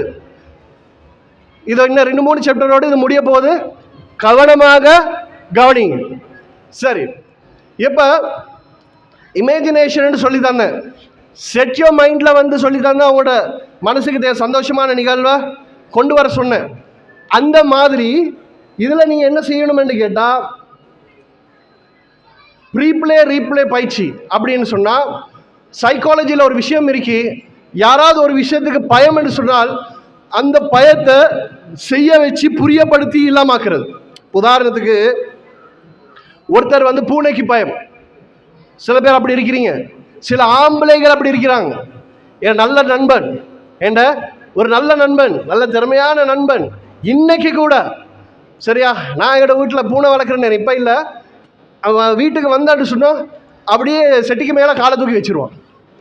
ஆனால் எவ்வளோ தைரியசாலி தெரியுமா? பயங்கர தைரியசாலி. அட்டி பின்னி சில விஷயங்கள்ல இந்த மார்க்கத்துக்கு முரணான விஷயங்கள் நடக்கிற நேரம் அந்த தட்டி கேட்கறதுலையும் அதோட சண்டை பிடிக்கிறதுலையும் ரொம்ப அழகா தைரியசாலி. ஆனால் பூனைக்கு பயம். சரியா, ரைட். அப்போ என்ன சொல்ல வந்தேன்னு கேட்டால், அப்போ பூனைக்கு பயம்னா என்ன செய்யணும் தெரியுமா? முதலாவது பூனையோட தன்மைகளை எடுத்து அவங்கள்ட்ட சொல்லணும். பயப்படுறவனுக்கு பூனை எப்படி தெரியுமா? சாதுவான மிருகம், அழகான மிருகம், பாரு எவ்வளோ பசங்க இருக்கேன்னு சொல்லி, சாஃப்டான உடம்பு, பஞ்சு மாதிரி உடம்பு, பிடிச்சாலே கைக்கெல்லாம் வந்து அப்படியே ஒரு குஷனை பிடிக்கிற மாதிரி இருக்கும், அப்படி சாஃப்டாக இருக்கும் அப்படின்னு சொல்லி சொல்லி சொல்லி சொல்லி அது அவ்வளோ அழகாக விளையாடு தெரியுமா? ஒரு நூலை போட்டால் எப்படி வரும் தெரியுமா? அப்படி என்று சொல்லி அதெல்லாம் செஞ்சு காட்டி அப்படியே மெதுவாக என்ன செய்யணும்? மெதுவாக அப்படி கையை கொண்டு போயிட்டு வச்சு அப்படியே பூனையை வந்து பிடிக்க வச்சிடணும். பிடிச்சிட்டா ஃபஸ்ட்டுக்கு சரி, ரைட். அதை இப்படி தான் என்னது, இதை மாதிரி தான் இப்போ எக்ஸாமுக்கு என்னது, எக்ஸாமுக்கு பயம். இந்த பயத்தை வந்து பயத்துக்கு பதிலாக ஆசையை உண்டாக்கினால் அந்த ஆசை அந்த பயத்தை விளக்கும் அப்படின்ற ஆய்வாளர்களுடைய ஒரு கண்டுபிடிப்பு. இப்போ என்ன செய்யுங்கன்னு கேட்டால், இப்போ நீ இன்னொரு பயிற்சி செய்யணும். என்னன்னு கேட்டால், ஒரு கற்பனையில் எக்ஸாம் நடக்குது. நீங்கள் படித்த கேள்விகள் தான் இப்போ எக்ஸாம் வந்திருக்குது. எல்லாத்துலேயும் நல்ல மார்க்ஸ் எடுக்கிறீங்க. வீட்டில் உமா அப்பா பாராட்டுறாங்க, ஸ்கூலில் டீச்சர் பாராட்டுறாங்க, எல்லாரும் பாராட்டுறாங்க. இப்போ உங்களுக்கு சந்தோஷம். அப்படி இந்த பாடத்தில் எவ்வளோ, மெட்ஸில் 80, இதில் 90, இதில் 95, இப்போ அப்படி சந்தோஷம் உங்களுக்கு. இப்போ எல்லாரும் பாராட்டுறாங்க. அப்போ இதை நீங்கள் கற்பனை பண்ணும் பொழுது ஒரு ஆசை ஒன்று வரும், நான் இதை எடுக்கணும், இந்த ரிசல்ட்ஸ் நான் எடுக்கணும் அப்படின்னு சொல்லி அந்த ஆசை வரும் பொழுது பயம் தானாக என்ன செஞ்சிடும்? பயம் தானாக விலகிறோம். இது உங்கள்கிட்ட இருக்கக்கூடிய எக்ஸாம் ஃபோபியாவை இல்லாமாக்கும் என்று ஆய்வாளர்கள் சொன்ன ஒரு முன்மொழிவு, ஒரு சிஸ்டம். ரைட். அடுத்தது, 1 day before எக்ஸாம், பரீட்சை ஒரு நாளைக்கு எக்ஸாம். இன்றைக்கு நீங்கள் செய்ய வேண்டிய விஷயம், எந்த பிரச்சனையை பற்றியும் சிந்திக்காதீங்க. பரீட்சைக்கு 1 நாள் 2 நாளைக்கு முன்னாடி பாடங்கள் படிக்கிறத நிப்பாட்டுங்க, வேணாம். படிக்கிறத நாங்கள் படிக்கிறதே அப்போ தானே சார், நான் இதை சொன்னால் சொல்லுவீங்க சார், நாங்கள் படிக்கிறதே அப்போ தானே சார். அதுதான் பிள்ளை. அப்போ உங்களோட மைண்ட் ரிலாக்ஸ் இருக்கணும். அந்த நேரத்தில் டென்ஷனோடு நீங்கள் படிக்கிறது, இந்த கேள்வி வருமா, அந்த கேள்வி வருமா, இந்த கேள்வி வந்தால் இதுக்கு எப்படி எழுதுறது, ஒருவேளை அப்படி வந்துடுமோ, டென்ஷனோட படிப்பீங்க. டென்ஷனோட படிக்கும் பொழுது ஏற்கனவே படித்ததும் என்ன செய்யும்? மறந்து போகும். கடைசி 2 நாளைக்கு என்ன செய்ய வேண்டாம்? 2 நாளைக்கு உங்களோட நோட்ஸும் சரி, டெக்ஸ்ட் புக்கும் சரி, எதையும் தொட வேண்டாம். சரியா, ரைட். அப்போ எக்ஸாம் 1 நாளைக்கு முன்னாடி எந்த பிரச்சனையை பற்றியும் யோசிக்காமல் அப்படி வருமோ இப்படி வருமோ அதெல்லாம் தேவையில்லை. அல்ஹம்துலில்லாஹ், நான் படித்தது போதும், நான் நல்ல ரிசல்ட்ஸ் எடுப்பேன் என்றது தான் உங்களோட மனசில் இருக்கணும். அடுத்தது, எக்ஸாமுக்கு தேவையான விஷயம் உங்களோட பென்சில், பேனா, இண்டெக்ஸ், அந்த கார்டு, அது இதை எல்லாத்தையும் இருக்குதா? எக்ஸாம் ஹாலுக்கு போயிட்டு அல்லா அதை வச்சுட்டேனே, அல்லா இதை வச்சுட்டேனே, இது கொண்டு வரலே, அது கொண்டு வரலே, டென்ஷன் வந்தால் கேள்விகளை பார்க்குற நேரம் பதில்கள் மறந்து போயிடும். சரி, அடுத்தது எல்ஃபா எக்ஸசைஸ். செட் யூ மைண்ட்னு சொன்னனே, ஒரு எக்ஸசைஸ் உண்டு, அதோட பேர் எல்ஃபா எக்ஸசைஸ் தான். சரியா, அந்த எக்ஸசைஸை எக்ஸாம் எழுதுறதுக்கு முன்னாடி இல்லாட்டி அந்த நாளைக்கு முன்னாடியும் என்ன செய்யுங்க, இந்த எக்ஸசைஸை செய்யுங்க. அப்போ இந்த எண்டோஃபின் என்று சொல்லக்கூடிய ஹோமோன் என்ன செஞ்சிருக்கும்? சுரந்திருக்கும். அடுத்தது, நல்ல நிம்மதியான தூக்கம். ரைட். அடுத்தது, எக்ஸாம் டே. இப்போ இன்றைக்கு தான் எக்ஸாம். முதலாவது விஷயம், முதலாவது தொழுது அல்லாஹ் கிட்ட துவா கேளுங்க, நம்பிக்கையோட யா அல்லாஹ் நான் படிச்சுட்டேன், நான் முடிஞ்ச அளவு படிச்சுட்டேன், எனக்கு நல்ல ரிசல்ட்ஸ் தான், நல்ல மார்க்ஸ் தான். அடுத்தது இயற்கை தேவைகளை, லாஸ்ட் டைம் ஸ்கூலுக்கு போயிட்டு போகலாம், ஹோலில் போயிட்டு போகலாம், அங்கே போயிட்டு வாஷ்ரூம் போகலாம், இல்லை எல்லாத்தையும் நேரத்தோடு 1க்கு போகிறது, 2க்கு போகிறது, 3க்கு போகிறதா இருந்தாலும் எல்லாம் ரெடியோட தான் போகணும். சரியா? அடுத்தது பரீட்சை நேரத்துக்கு முன்னாகவே எக்ஸாம் ஹாலுக்கு போகிறது. 8:30 மணிக்கு எக்ஸாம், 9 மணிக்கு எக்ஸாம்ண்டா 8:30 மணிக்கு ஹாலில் இருக்கணும். அப்போ தான் உங்களுக்கு என்ன செய்யலாம், இப்போ ஒரு நீங்கள் இருக்கக்கூடிய இடத்துல சரியாக சூரிய வெளிச்சம் கண்ணுக்கு படுவது, தொல்லை என்னடா டிஸ்டர்பாக இருக்குது, எழுதலாமிக்கேன்னு டென்ஷனாக இருக்கும். அப்போ நீங்கள் நேரத்தோட போனீங்கண்டா உங்களை இன்ஸ்பெக்ஷன் பண்ணுறவருக்கு, சூப்பர்வைசருக்கு சொல்லலும், சார் எனக்கு இந்த இடம் கம்ஃபர்டபுள் இல்லை, எக்ஸாம் எழுத இல்லாது, எனக்கு இந்த டேபிளை மாற்றி தாங்கண்டா அவர் மாற்றி தரையணும். சரியா? அல்லது நீங்கள் எழுதுவீங்க பேனாவில், சுக்கன் என்ன செஞ்சிடும், பேப்பர் கிழிஞ்சிடும், மேசை ஓட்ட மேசை மாற்றி கேட்கணும், சார் எனக்கு இதில் எக்ஸாம் எழுத இல்லாது, மாற்றி தாங்க சார் ப்ளீஸ், கேளுங்க. இதெல்லாம் எப்போ செய்யணும்? நேரத்தோட போனோம். ரைட்? அடுத்த டிராஃபிக்கில் ஒரு வேளை மாட்டிப்பட்டா கூட அந்த அரை மணி தியாலத்துக்குள்ளுக்கு எப்படியாவது போவீங்க. இல்லாட்டி சரியாக 9 மணிக்கே போகணும்னு நினச்சா என்ன நடக்கும்? அரை மணி தியாலம் எக்ஸாமில் போனால் அந்த டென்ஷன் வந்து எந்த கேள்விகளுக்கும் பதில் எழுதலாம் போகும். ரைட்? அடுத்தது எக்ஸாம் டைம். இப்போ தான் எக்ஸாம், இப்போ நீங்கள் எக்ஸாம் எழுத போகிறீங்க, பிள்ளைய நல்லா கவனிங்க. சரியா? இண்டெக்ஸ் நம்பரை பேப்பரில் எழுதிட்டு முதலாவது கேள்விகளை வாசிங்க. எடுத்த எடுப்புக்கே கேள்விகளுக்கு பதில் எழுத போக வேண்டாம். கேள்விகளை வாசிங்க. கேள்விகளை வாசிச்சுட்டு இலகுவானது எதுவோ அது எல்லாத்தையும் எழுதுங்க. கஷ்டமானது வரும், கஷ்டமானது வந்துச்சுன்னா அதுக்கு பக்கத்தில் ஒரு மார்க் போடுங்க, ஒரு நோட் போடுங்க. இந்த கேள்விக்கு நீங்கள் பதில் எழுதல, எல்லா லேசான கேள்விகளை எழுதி முடிஞ்சதுக்கு அப்புறமா கடைசியாக அந்த கஷ்டமான கேள்விகளை பதில் எழுதுங்க. என்ன நடக்குதுன்னு கேட்டால் பிள்ளைகள், நீங்கள் எல்லாம் என்ன செய்றீங்க, கஷ்டமான ஒரு கேள்வி அல்லாஹ் இது படிச்சனே வருது இல்லையே, எனக்கு என்ன செய்யறது யோசிச்சு அதே அரை மணி தேரத்தை நாசமாக்குறது. சரியா? அப்படி நீங்கள் ஆக்க வேண்டாம். அதால ஏற்கனவே இன்னொரு விஷயம் இருக்கு. இப்ப நீங்க ஒரு கேள்வி கஷ்டமான ஒரு கேள்வி விட்டுட்டு போறீங்க, இன்னொரு கேள்வியை வாசிக்கிறீங்க. இன்னொரு கேள்வியை வாசிக்கும் பொழுது சில நேரம் ஏற்கனவே வாசிச்ச அந்த கேள்வியோட பதில் டக்குன்னு உங்களோட மூலம் தந்துடும். அப்படி உங்களுக்கு நடந்திருக்கும். சரியா? அது மாதிரி என்ன, அதனால தெரியாத விஷயத்தை விட்டுட்டு தெரிஞ்ச விஷயத்த செய்யுங்க. அடுத்தது விடை தெரியாது விட்டால் குறும்புத்தனம் செய்ய வேண்டாம். தெரியாத இந்த பிள்ளைகள் சில பேப்பரில் எழுதுறது, சார் என்ன இந்த பேப்பரை திருத்தும் ஆசானவர்களே, எங்களுக்கு இந்த பாடம் நடத்த தரக்கூடிய இந்த ஆசிரியர் மோசமானவர், அவர் பாடத்துக்கு வரவில்லை, அவர் எங்கள் பாடங்களை நடத்தவில்லை, எனவே தயவு செய்து என்னது நல்ல மனசிட்டு நல்ல மார்க்ஸை போட்டு தாருங்கள் ஐயா. இதெல்லாம் வேணாம். இன்னொருத்த மாணவன் செஞ்சிருக்கிறான், என்ன தெரியுமா, அதே ஒரு பேப்பர் திருத்துறாதுன்னு சொன்ன தமிழ் பாடத்தில் இன்னைக்கு இருக்கிறதா எப்படின்னு தெரியல, நாங்கள் படிக்கிற டைம் இருந்துச்சு. சந்தர்ப்பம் கூறல் இருக்குதா இன்னைக்கும்? சந்தர்ப்பம் கூறல்னு ஒரு பாடம் இருக்குது. இந்த சந்தர்ப்பத்தில் யாருக்கு எந்த சந்தர்ப்பத்தில் சொன்னேன்னு ஒரு தமிழ் பாடத்தில் ஒரு சாப்டர் வரும். சரியா? அதில் ஒரு மாணவன் எழுதிக்கிறான், அவனுக்கு தெரியாது, பதில் தெரியல, தெரியாட்டி சும்மா எழுதிருக்கணும். அவன் எழுதியிருக்கிறான், அவனுக்கு அச்சந்தர்ப்பத்தில் பேப்பர் திருத்துறான், டென்ஷன் ஆகிட்டான். குறைஞ்சி பாவம் ஒரு கொஞ்சம் மார்க்ஸை போட்டு கொடுப்பான்னு கூட என்ன செய்ய மாட்டானுங்க, போட மாட்டாங்க. அந்த மாதிரி வேலை செய்ய வேண்டாம். அடுத்தது எக்ஸாம் முடிஞ்சதை பற்றி, நடந்து முடிஞ்ச எக்ஸாமை பற்றி யாரோட டிஸ்கஷன் வேணாம். என்ன நடக்குன்னு தெரியுமா? எக்ஸாம் முடிஞ்சோடனே கூட்டாளி மாறல் ஒன்று செய்யறது, இந்த 5வது கேள்விக்கு நீ என்னடி போட்டாய், நான் போட்டேன் 3வது, அல்லாது வராது 2வது, அப்படியா 6வதுக்கு 1வது வராது, 4வது 7வதுக்கு 2வது வராது, 3வது, இப்படியே 10-15 கேள்வி போயிடும். போச்சா ஃபர்ஸ்ட் என்னது பேப்பர் அந்த பார்ட் 1 போச்சா, அப்போ எனக்கு மார்க்ஸ் எடுக்கலாம். பார்ட் 2 செய்கிறதுக்கும் மூட் வராது. அதனால் நடந்து முடிஞ்ச எக்ஸாமை பற்றி நோ டிஸ்கஷன். அந்த பாடத்தை பற்றி பேசக்கூடாது. எல்லா எக்ஸாமும் முடிஞ்ச பிறகு பேப்பர் கைக்கு வரும்பொழுது நான் என்ன மிஸ்டேக் செஞ்சேன், ஏதுக்கு மார்க்ஸ் வரணும், அப்போ பார்த்துக்கொள்ளணும். சரியா? ரைட். அடுத்தது ஆஃப்டர் தி எக்ஸாம் பற்றி கவலைப்படாதீங்க, அல்லாஹ் கிட்ட என்ன செஞ்சுருங்க, பொறுப்பு கொடுத்துருங்க. சரி அன்புக்குரிய மாணவர்களே, அப்போ இந்த குறுகிய நேரத்துக்குள்ளுக்க என்னால் எந்த அளவுக்கு உங்களால் தகவலை பரிமாற இயலுமோ அந்த அளவுக்கு உங்களுக்கு தந்திருக்கிறேன். ஸோ இதோட என்ன செய்வோம், எங்களுடைய நிகழ்ச்சிகளை நாங்கள் முடிச்சுக்கொள்வோம்.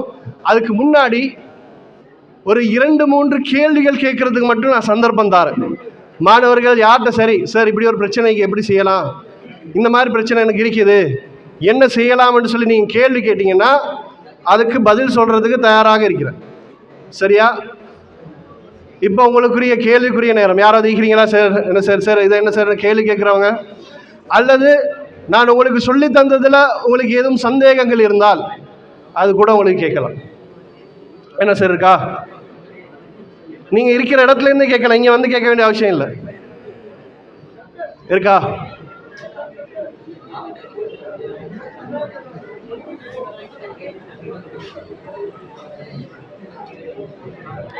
பிள்ளைகள் தமிழில் சொல்லுவாங்க, காற்றுள்ள போதே தூற்றிக்கொள். சந்தர்ப்பம் கிடைக்கிற நேரம் யூஸ் பண்ணிக்கணும். திருப்பி நான் இந்த நிகழ்ச்சிக்கு வருவேனா, உங்களோட பாடசாலைக்கு வருவேனா, அல்லது என்னை மாதிரி இன்னும் திறமையான வேறு ஆசிரியர்கள் வருவாங்களா, அல்லாஹு ஆலம். வந்தாலும் பயன்படுத்திக்கோங்க, ஆனால் கிடைக்கிற ஆப்பர்ச்சுனிட்டியை விட வேணாம். சரி, அப்போ கேள்விகள் எதுவும் இல்லை. அப்போ நாங்கள் முடிச்சுக்கொள்வோம். வாஹிரு தவான் அல்ஹம்துலில்லாஹி ரபில் ஆலமீன். அஸ்ஸலாமு அலைக்கும் வரஹ்மத்துல்லாஹி வபரகாத்து. பிள்ளைகள் யாரும் எழும்ப வேண்டாம். முறையாக உங்களோட ஆசிரியர்கள் வந்து உங்களுக்கு வழி நடத்திய பிறகு இதிலிருந்து எழும்பி போகலாம்.